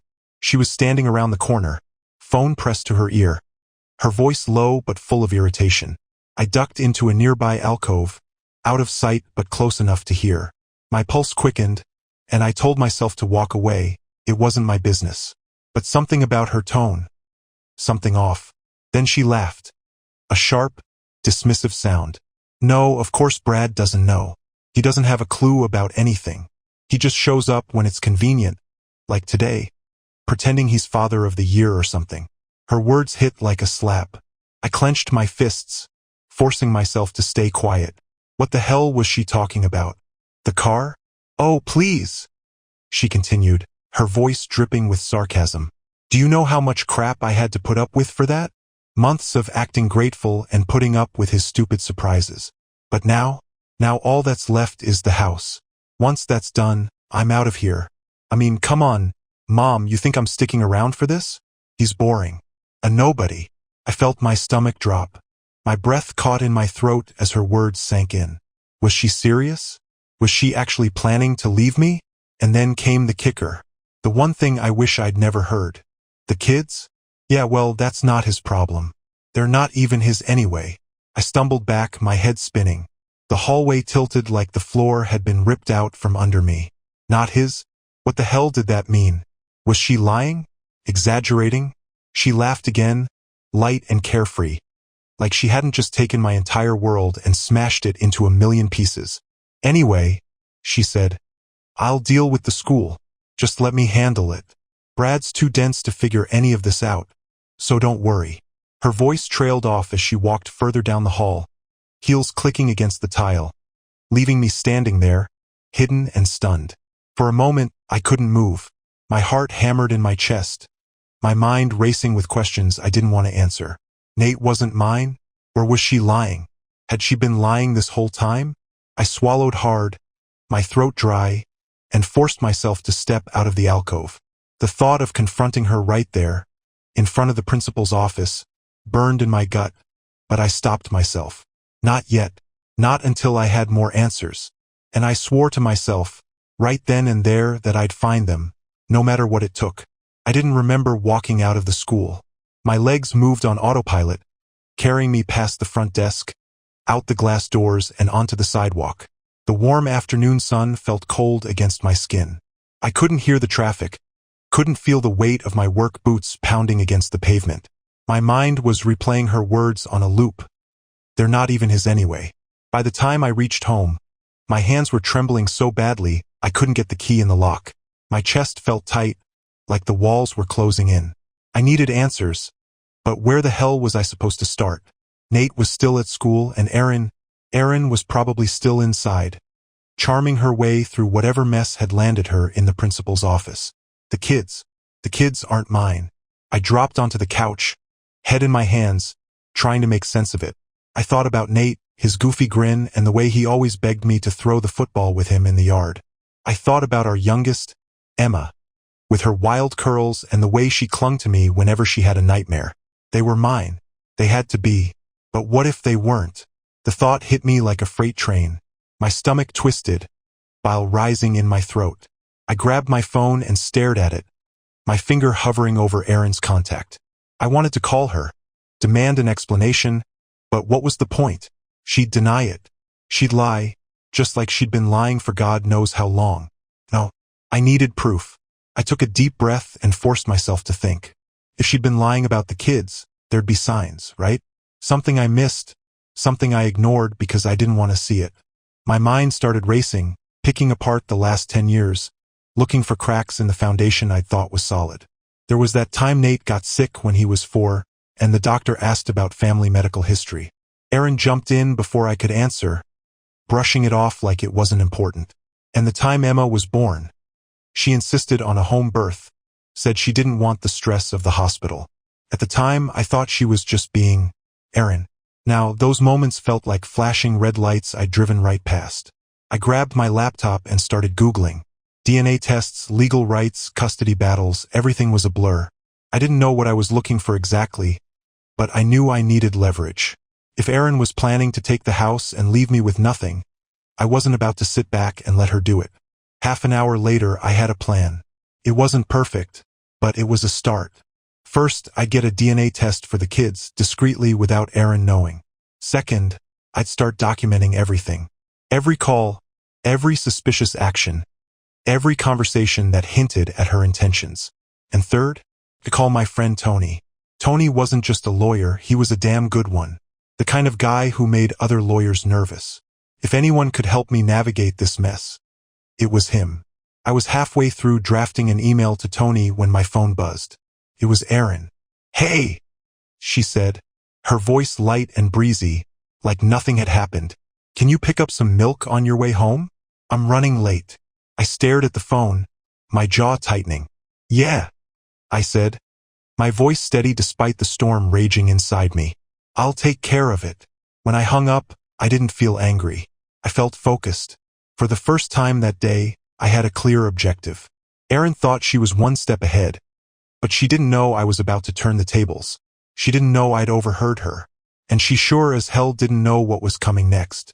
When I picked up Nate from school later that day, he was quiet. Too quiet. Normally, he'd be bursting with stories about his day. But today, he just stared out the car window, fiddling with the zipper on his backpack. "Hey, buddy," I said, keeping my voice calm despite the tension boiling under my skin. "Everything okay?" He shrugged. "Yeah." I wanted to press him, but I couldn't risk tipping my hand. Instead, I focused on getting us home, my mind racing with how to handle the next steps. I needed to act like everything was normal, even though nothing about the situation felt normal. When we got home, Erin was already there, sitting at the kitchen table with her laptop open and a glass of wine in hand. She looked up and smiled, one of those practice smiles she'd perfected over the years. "Hey, babe," she said, her tone syrupy sweet. "How was your day?" I almost laughed at the absurdity of it. My day? Oh, just overheard my wife plotting to ruin my life while casually mentioning the kids might not even be mine. Totally normal. Fine, I said, keeping my tone even. I set Nate's backpack down on the counter and glanced at her laptop screen. She quickly minimized whatever she'd been looking at, and that tiny movement made my stomach churn. "How was the meeting with the principal?" I asked casually, watching her reaction closely. Her smile faltered for a split second before she recovered. "Oh, it was fine. Just some silly misunderstanding. You know how boys can be." I nodded, playing along, but my gut told me she was lying. I decided to test the waters. "What did the other kids' parents say?" She hesitated. Well, I didn't actually talk to them. The principal handled everything." Her eyes flicked toward Nate, who was slouched at the kitchen counter, poking at a bowl of cereal I didn't even remember him grabbing. She didn't want to say too much in front of him, and I could feel the tension radiating off her. "Cool," I said, letting the conversation drop. For now, the rest of the evening was a blur. I helped Nate with his homework, tucked Emma into bed, and tried to keep my mind from spiraling into 1,000 worst-case scenarios. Meanwhile, Erin acted like everything was fine, like we were just another happy family. But late that night, after everyone else had gone to bed, I sat in the living room with my laptop, the glow of the screen the only light in the room. I ordered the DNA test kits online, choosing the fastest shipping option available. Then I started documenting everything I could remember about Erin's behavior over the past year. As I typed, a memory surfaced, something I hadn't thought about in years. Back when Emma was born, I'd noticed that she didn't look much like me. Erin had laughed it off, teasing me about how babies' features change as they grow. At the time, I believed her, but now that memory felt like a puzzle piece snapping into place. I closed the laptop and leaned back on the couch, staring at the ceiling. My chest felt heavy, like I was carrying the weight of 100 unanswered questions. One thing was clear: Erin had secrets, and I was going to uncover every single one of them. The next morning, I woke up early, my mind still buzzing from the night before. Erin was in the kitchen, sipping coffee and scrolling through her phone, like she didn't have a care in the world. Nate and Emma were still asleep, so the house was quiet, too quiet for my liking. "Morning," I said as casually as I could, grabbing a mug from the cabinet. She looked up and gave me that same rehearsed smile. "Morning. You're up early." Couldn't sleep. I kept my tone neutral, but inside, every word she spoke grated on me. How could she act so normal after what I'd heard? She tilted her head, studying me. "You okay? You look tired." I wanted to laugh, to tell her just how much of a nightmare I'd had, but I forced a tight smile instead. "Just a lot on my mind. Work's been busy." She murmured, going back to her phone. I stood there for a moment, sipping my coffee and watching her. She was too calm, too collected. It was like she knew she was in control or thought she was. I needed to shift the power dynamic, but I had to be smart about it. After breakfast, I told Erin I needed to stop by the office for a few hours, even though it was my day off. She didn't seem to care. She barely looked up from her phone. That was fine by me. I didn't go to the office, though. I went straight to Tony's. Tony lived in a modest house on the edge of town, nothing flashy, but he'd built a reputation as the kind of lawyer who could turn even the messiest situations into victories. When I showed up unannounced, he raised an eyebrow but waved me inside. "Brad," he said, motioning for me to sit. "What's going on? You look like hell." I sat down and ran a hand through my hair, trying to find the words. "Tony, I think Erin's been lying to me. About everything." He frowned, leaning forward. "What do you mean?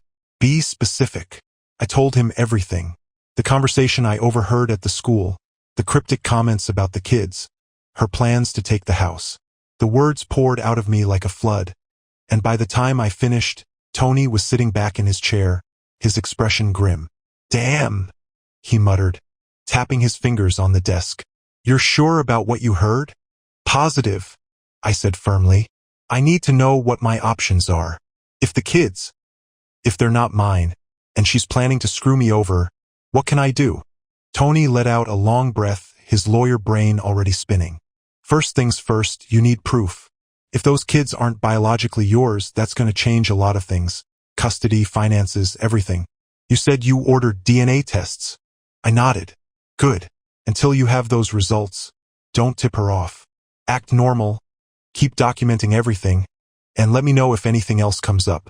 We'll handle this one step at a time." I left Tony's house feeling a little better, but the weight in my chest was still there. Proof. That's what I needed. Proof that Aaron wasn't just lying to me but manipulating me, planning to leave me with nothing. When I got home, Aaron was in the living room, folding laundry and watching one of those home makeover shows she loved so much. She glanced up as I walked in, her smile as fake as ever. "Everything okay at work?"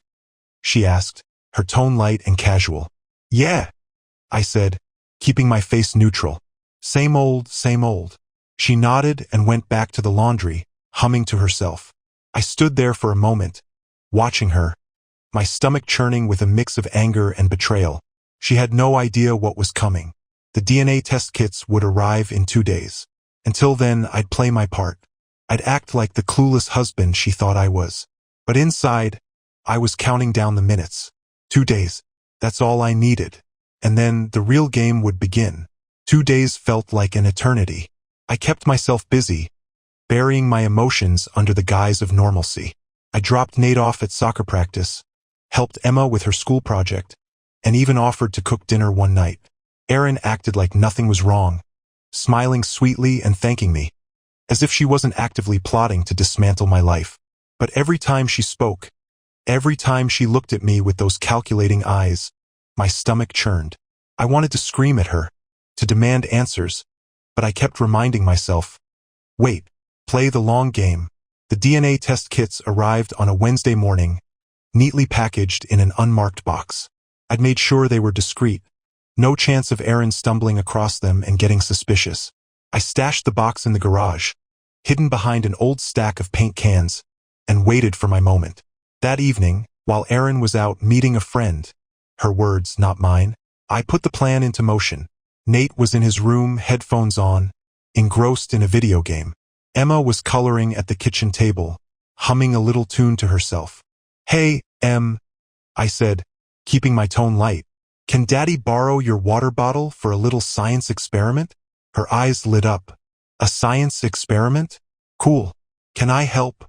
"Maybe next time," I said with a chuckle, ruffling her curls. She giggled and handed me her bottle. I quickly took it to the bathroom, swabbed the inside of the cap, and sealed the sample in the test tube provided in the kit.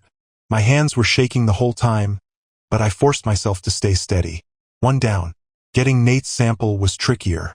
I waited until he came out of his room to grab a snack, then casually walked into his room under the pretense of checking the air vent. Something I knew Erin wouldn't think twice about if she noticed later. While I was there, I grabbed one of his used tissues from the trash can, carefully placing it into the test tube. 2 down. The hardest part was acting like nothing had happened. When Erin came home later that night, laughing about how busy her friend's life had gotten, I forced a smile and asked how her evening was. She didn't even bother to ask about mine. The next morning, I mailed the samples. My heart was pounding as I sealed the envelope and handed it over to the postal worker, my fingers brushing the edge of the counter, as if I could feel the weight of the truth inside. The waiting began again. In the meantime, I started noticing more cracks in Erin's carefully constructed facade. She spent more time on her phone, texting and smiling at messages she didn't share. She made excuses to leave the house, her stories full of little inconsistencies that she didn't seem to think I'd notice. One night, as she was on a call with her mom, I walked past her in the living room and caught a glimpse of her screen. It wasn't her mom she was texting. It was someone saved in her phone as K. I didn't say anything, but a sick feeling settled in my gut. Who the hell was K? I mentioned it to Tony the next day when I stopped by his office during my lunch break. He nodded grimly, scribbling notes in his legal pad. "If there's someone else involved, he said. That's leverage. But we need proof, real proof. Do you have access to her phone? Not without raising red flags, I admitted. Then don't push it, he said. Keep watching, keep documenting. She's getting sloppy, Brad. Eventually, she'll slip. That thought kept me going. Every time Erin smiled at me like she hadn't just torn my heart to shreds. Every time she kissed me goodnight with the same lips that probably lied to me 1,000 times. I reminded myself that her mask would crack. And when it did, I'd be ready. The results came back faster than I expected. 3 days after mailing the tests, I got an email with the subject line, "Your DNA test results are ready." My stomach clenched as I clicked the link. My hands slick with sweat. The page loaded slowly, or maybe it just felt that way because my pulse was hammering in my ears. When the results finally appeared, the world seemed to stop moving. Nate, 0% probability of paternity. Emma, 0% probability of paternity. My vision blurred. I blinked hard, the words swimming on the screen. It felt like someone had ripped my chest open and crushed my heart in their hands. Both of them? Neither of my kids was mine? I sat there, staring at the results, trying to wrap my head around it. Memories of their births, their first steps, their smiles. All of it felt like a cruel joke now. How many times had Erin lied to me? How many nights had I rocked a crying child to sleep, believing they were my flesh and blood, while she watched and laughed behind my back? I wanted to scream, to break something, but I forced myself to breathe. This wasn't the time to lose control. I needed to think, to act. The first thing I did was forward the results to Tony. I added a single sentence to the email. What's my next move? An hour later, my phone buzzed. It was Tony. Brad, he said, his voice steady. I'm sorry, man. I know this isn't what you wanted to hear, but we can use this. How? My voice was hoarse, barely above a whisper. This changes everything. If you want out, these results give you a clear path to divorce without losing your assets. No child support, no alimony, nothing. But we need to play this smart. Don't let her know you have the results yet. We need to catch her in a lie. Something concrete we can use in court. I nodded, even though he couldn't see me. What about the house? She's planning to take it. She can try, Tony said. But if we can prove infidelity and fraud, she'll be lucky to walk away with the clothes on her back. Let me start drafting the paperwork. In the meantime, keep acting normal. And if you can get any proof of an affair, even better. Proof. That word echoed in my mind as I hung up the phone. I needed proof. That night, I sat across from Erin at the dinner table, watching her laugh and chat with the kids like nothing was wrong. Every word out of her mouth felt like poison. I wanted to confront her, to shove the DNA results in her face and demand answers, but Tony was right. I had to be smart. After the kids went to bed, Erin poured herself a glass of wine and settled on the couch with her phone. I stood in the kitchen, pretending to clean up, while watching her out of the corner of my eye. Her phone buzzed, and she smiled, that smile. The one that wasn't for me. Who's texting you so late? I asked, keeping my voice casual. She glanced up, her expression perfectly neutral.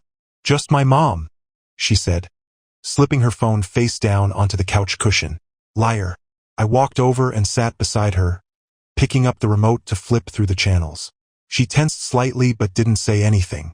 For the next 20 minutes, I pretended to be engrossed in some mindless reality show, all the while planning my next move. When she got up to refill her wine, I grabbed her phone. My hands were shaking, but I didn't hesitate. I unlocked it. Thankfully, she hadn't changed the passcode, and opened her messages. K. There it was. The text thread I'd glimpsed the other night. My heart pounded as I scrolled through the messages. K. I can't wait to see you again. Last night was amazing. Erin. I know. I needed that so much. Brad's been so clueless lately. It's almost funny.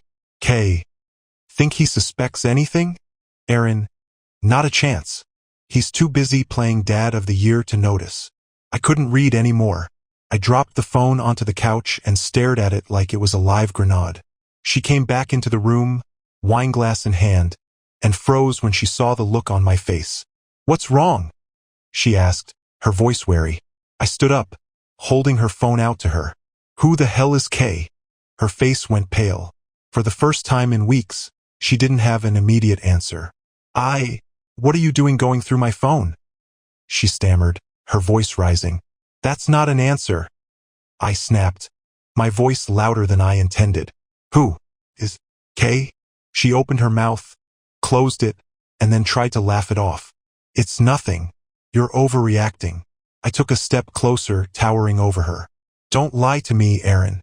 Not anymore. Her mask cracked. For the briefest moment, I saw panic in her eyes before she covered it with a sneer. You don't want to do this, Brad, she said, her voice dripping with venom.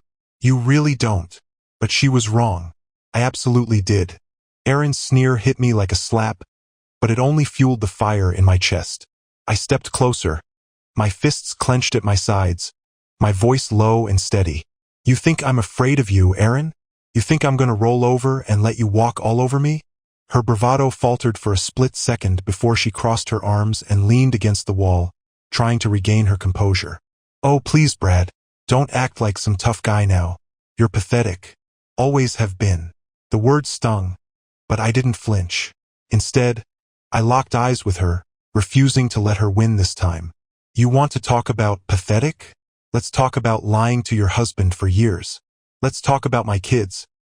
I practically growled the words. And how they're not even mine. Let's talk about you and Kay. Her face drained of color. For the first time, she looked genuinely rattled. What are you talking about? She said, her voice quieter now, but the edge of defiance still lingered. I pulled out my phone and opened the email with the DNA results. Turning the screen toward her, I held it steady, watching as her eyes darted across the words. The silence stretched between us, thick and suffocating. When she finally looked back at me, there was no denial, no fake tears. Instead, she smirked, a cold, cruel smirk that made my stomach churn. So you finally figured it out, she said, her voice dripping with disdain. I stared at her, disbelief washing over me. That was it? No apology, no remorse, just arrogance. How long? I asked, my voice raw. How long have you been lying to me? She shrugged, swirling the wine in her glass like we were discussing the weather. Does it matter? You're not their father, Brad. You never were. The weight of her words pressed down on me, but I refused to let her see me break. Why, Erin? Why would you do this to me? To them? Because you were convenient, she said bluntly, setting her glass down on the coffee table. You were stable, reliable. You paid the bills, gave me the house I wanted, the car I wanted.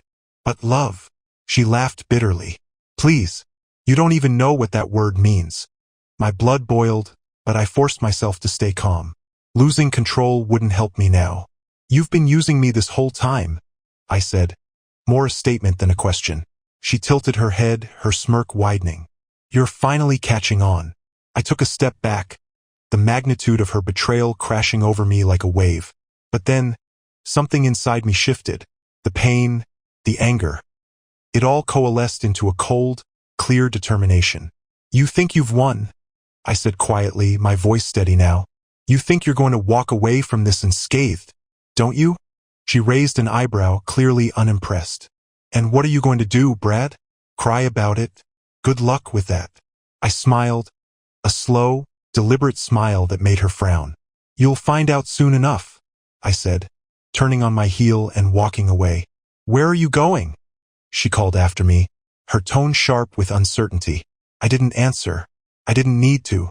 The first battle was over, but the war had just begun. And this time I wasn't playing by her rules.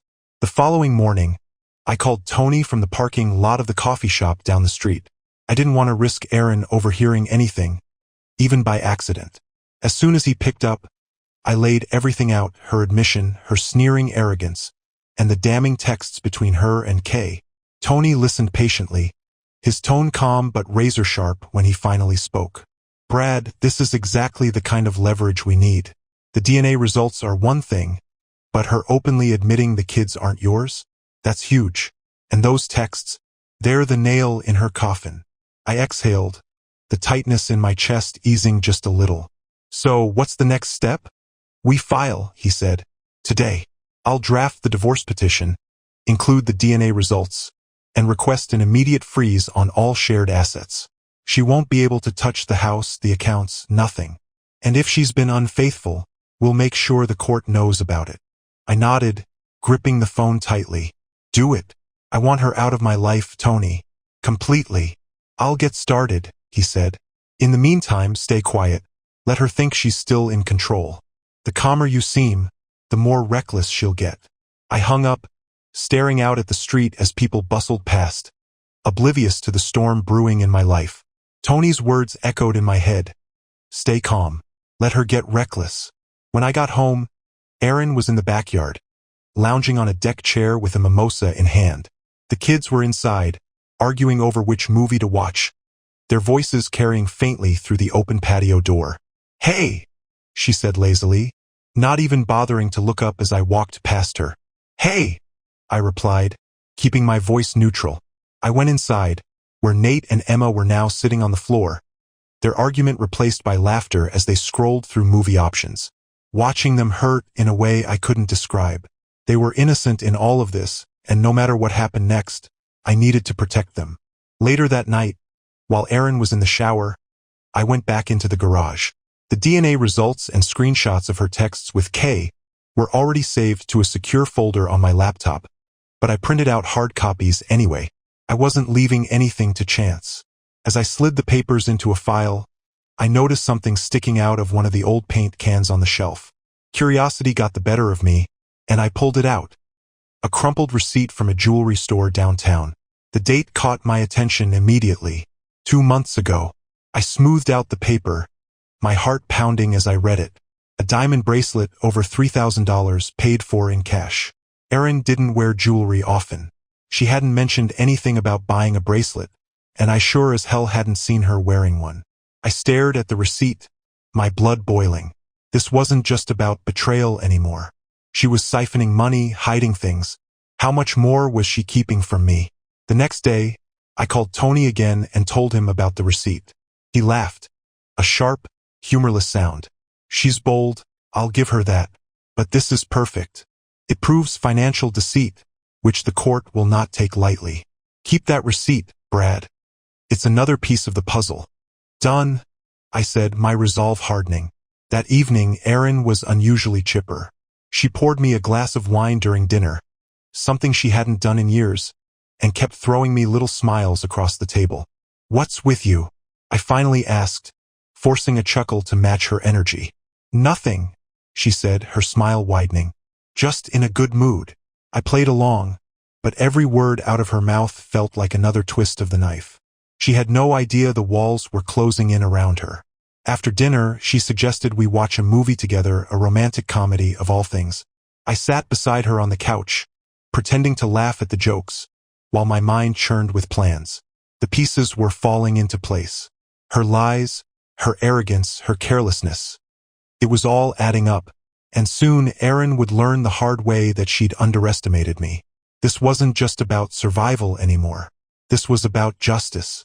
The day I filed for divorce, Erin was completely oblivious. I timed it perfectly. She was out of the house, meeting friends again. Code for whatever she and Kay had going on, and the kids were at school. Tony had prepped me for everything, walking me through the paperwork, the legal jargon, and what to expect when she was served. Don't be there when she gets the papers, Tony had advised. Let her process it alone. The shock will work to your advantage. So, after filing, I spent the day driving aimlessly around town, sipping coffee in parking lots and counting down the hours. My phone buzzed constantly. Tony updating me, the court confirming receipt, and the process server letting me know the deed was done. By the time I got home that evening, Erin was already there. I walked in to find her sitting at the kitchen table, the divorce papers spread out in front of her. Her face was a mixture of disbelief and fury, her carefully constructed mask shattered. What the hell is this? She snapped, waving the papers at me.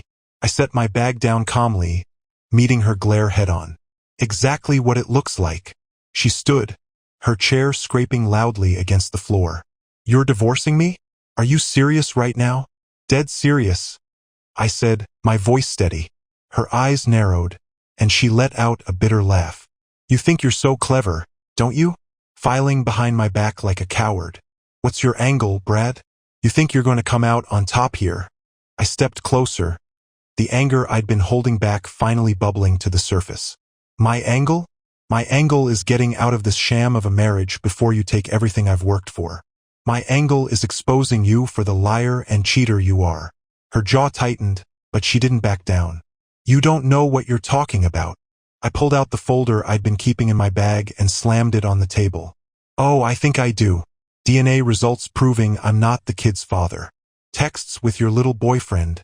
K. A receipt for a $3,000 bracelet I've never seen. Do you want me to keep going? Or is that enough for you? Her eyes flicked to the folder, panic flashing across her face for just a moment before she recovered. She crossed her arms, her tone turning icy. You really went digging, didn't you? You think any of that matters? The kids love you, Brad. They think of you as their dad. And me? I'll make sure they hate you by the time this is over. Her words hit me like a punch to the gut, but I refused to let her see it.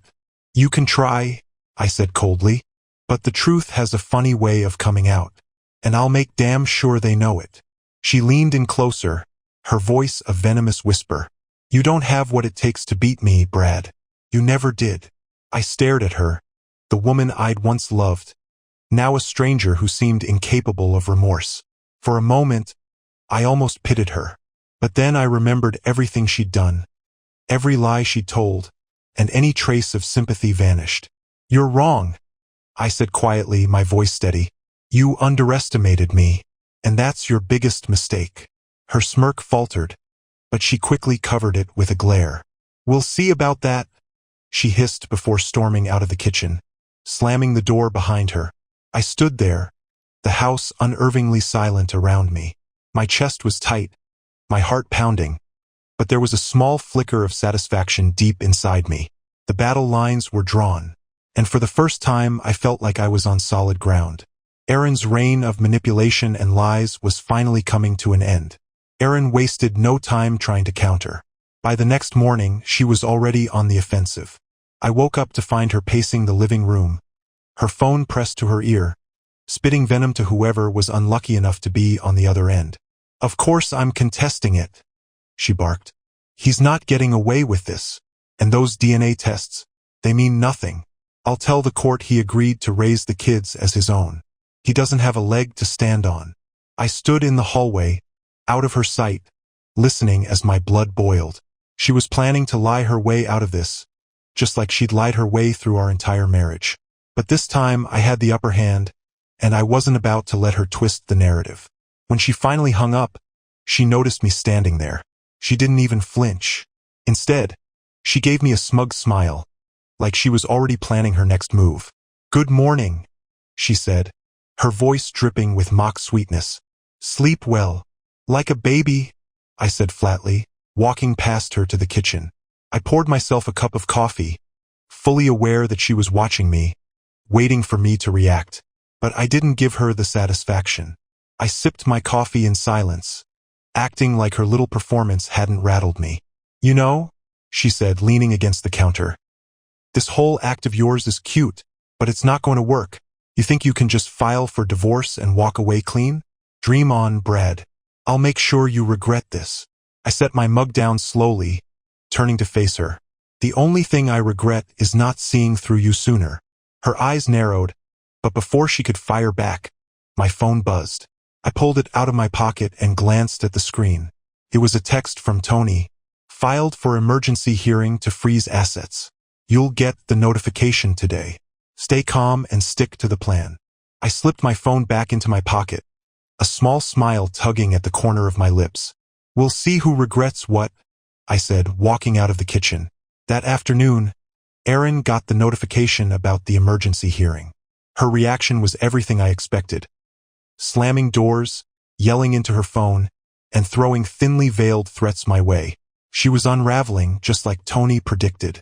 When the day of the hearing arrived, she strutted into the courtroom like she owned the place, wearing her most expensive dress and flashing her practiced smile at everyone who crossed her path. But Tony was ready for her. As the hearing began, Tony laid out everything. The DNA results, the texts with K, the financial discrepancies. He presented everything calmly, methodically, painting a picture of Aaron that left no room for doubt. Aaron's lawyer tried to counter, but the evidence was overwhelming. By the end of the hearing, the judge ruled in my favor, freezing all shared assets and granting me temporary control of the house until the divorce proceedings were finalized. Erin's face was a mask of fury as we walked out of the courtroom. She rounded on me the second we were outside, jabbing a finger in my chest. "You think this is over?" she hissed. "You have no idea who you're dealing with, Brad." I stared down at her, unfazed. "Neither do you." She stormed off, her heels clicking angrily against the pavement, and for the first time in months, I felt a small sense of victory. The tide was turning, and Erin was losing control. But I wasn't done yet, not even close. The final blow came 2 weeks later. Erin had been uncharacteristically quiet since the emergency hearing, but I knew better than to assume she'd given up. She wasn't the type to accept defeat gracefully. I spent those 2 weeks gathering every scrap of evidence I could find. Bank statements, credit card charges, receipts. Anything that could paint a clearer picture of just how deep her betrayal went. Meanwhile, Tony worked behind the scenes, filing motions and setting up the next court date. The turning point came when Tony uncovered something even I hadn't anticipated. During his deep dive into Erin's financials, he discovered an account she'd hidden from me. A separate bank account where she'd been funneling money for years. Tens of thousands of dollars, all siphoned from our joint accounts and my paychecks. Tony called me immediately. "Brad, this is it. This is the nail in her coffin. She's not just a liar. She's a thief. The court isn't going to take kindly to this." When the day of the final court hearing arrived, Erin looked as smug as ever, her arrogance practically radiating off her. But that confidence wavered the moment Tony presented the evidence of the hidden account. "Your Honor," Tony said, his voice firm and unwavering. "This is a clear case of financial fraud. Not only has Mrs. Taylor been unfaithful, but she has also systematically stolen from my client, all while planning to leave him with nothing. The evidence speaks for itself." Erin's lawyer fumbled through a weak defense, trying to spin the story, but it was no use. The judge's face was like stone as he reviewed the documents. When the ruling came down, it was swift and decisive. Erin was ordered to return every penny she'd taken from the hidden account. She was denied any claim to the house, the car, or spousal support. As for the kids, the judge acknowledged the DNA results and left custody in my hands for now, giving me time to decide the best path forward. Erin sat there, frozen, as the weight of the ruling sank in. For once, she had no words, no snide remarks. The mask had finally cracked, and underneath it was the reality she couldn't escape. As we walked out of the courtroom, she grabbed my arm, her nails digging into my skin. "You think you've won, Brad?" she hissed, her voice trembling with rage. "You think this is over? I'll make your life a living hell. You have no idea what I'm capable of." I pulled my arm free, staring her down with a calmness I didn't even know I possessed. "You already did," I said quietly. "But not anymore. You don't control me, Erin. Not now. Not ever again." Her eyes burned with hatred, but I turned and walked away, leaving her standing there in the courthouse hallway. The days that followed were a strange mix of relief and sadness. Losing the illusion of a happy family hurt more than I expected, but the truth brought a clarity I hadn't felt in years. I was free from her lies, her manipulation, her games. The kids and I began rebuilding slowly but surely. I was honest with them about what had happened, in a way they could understand, and they handled it better than I could have hoped. As for Erin, I heard through the grapevine that Kay didn't stick around long after the ruling. Turns out, her charm didn't hold up when the money ran out. In the end, she got exactly what she deserved. Nothing. If there's one thing I've learned from all this, it's that the truth has a way of coming out, no matter how deep someone tries to bury it. And when it does, there's nothing sweeter than watching someone who thought they were untouchable finally face the consequences. To anyone reading this who's been blindsided by betrayal, know this: you're stronger than you think. And the best revenge is not about getting even. It's about reclaiming your life and living it on your terms.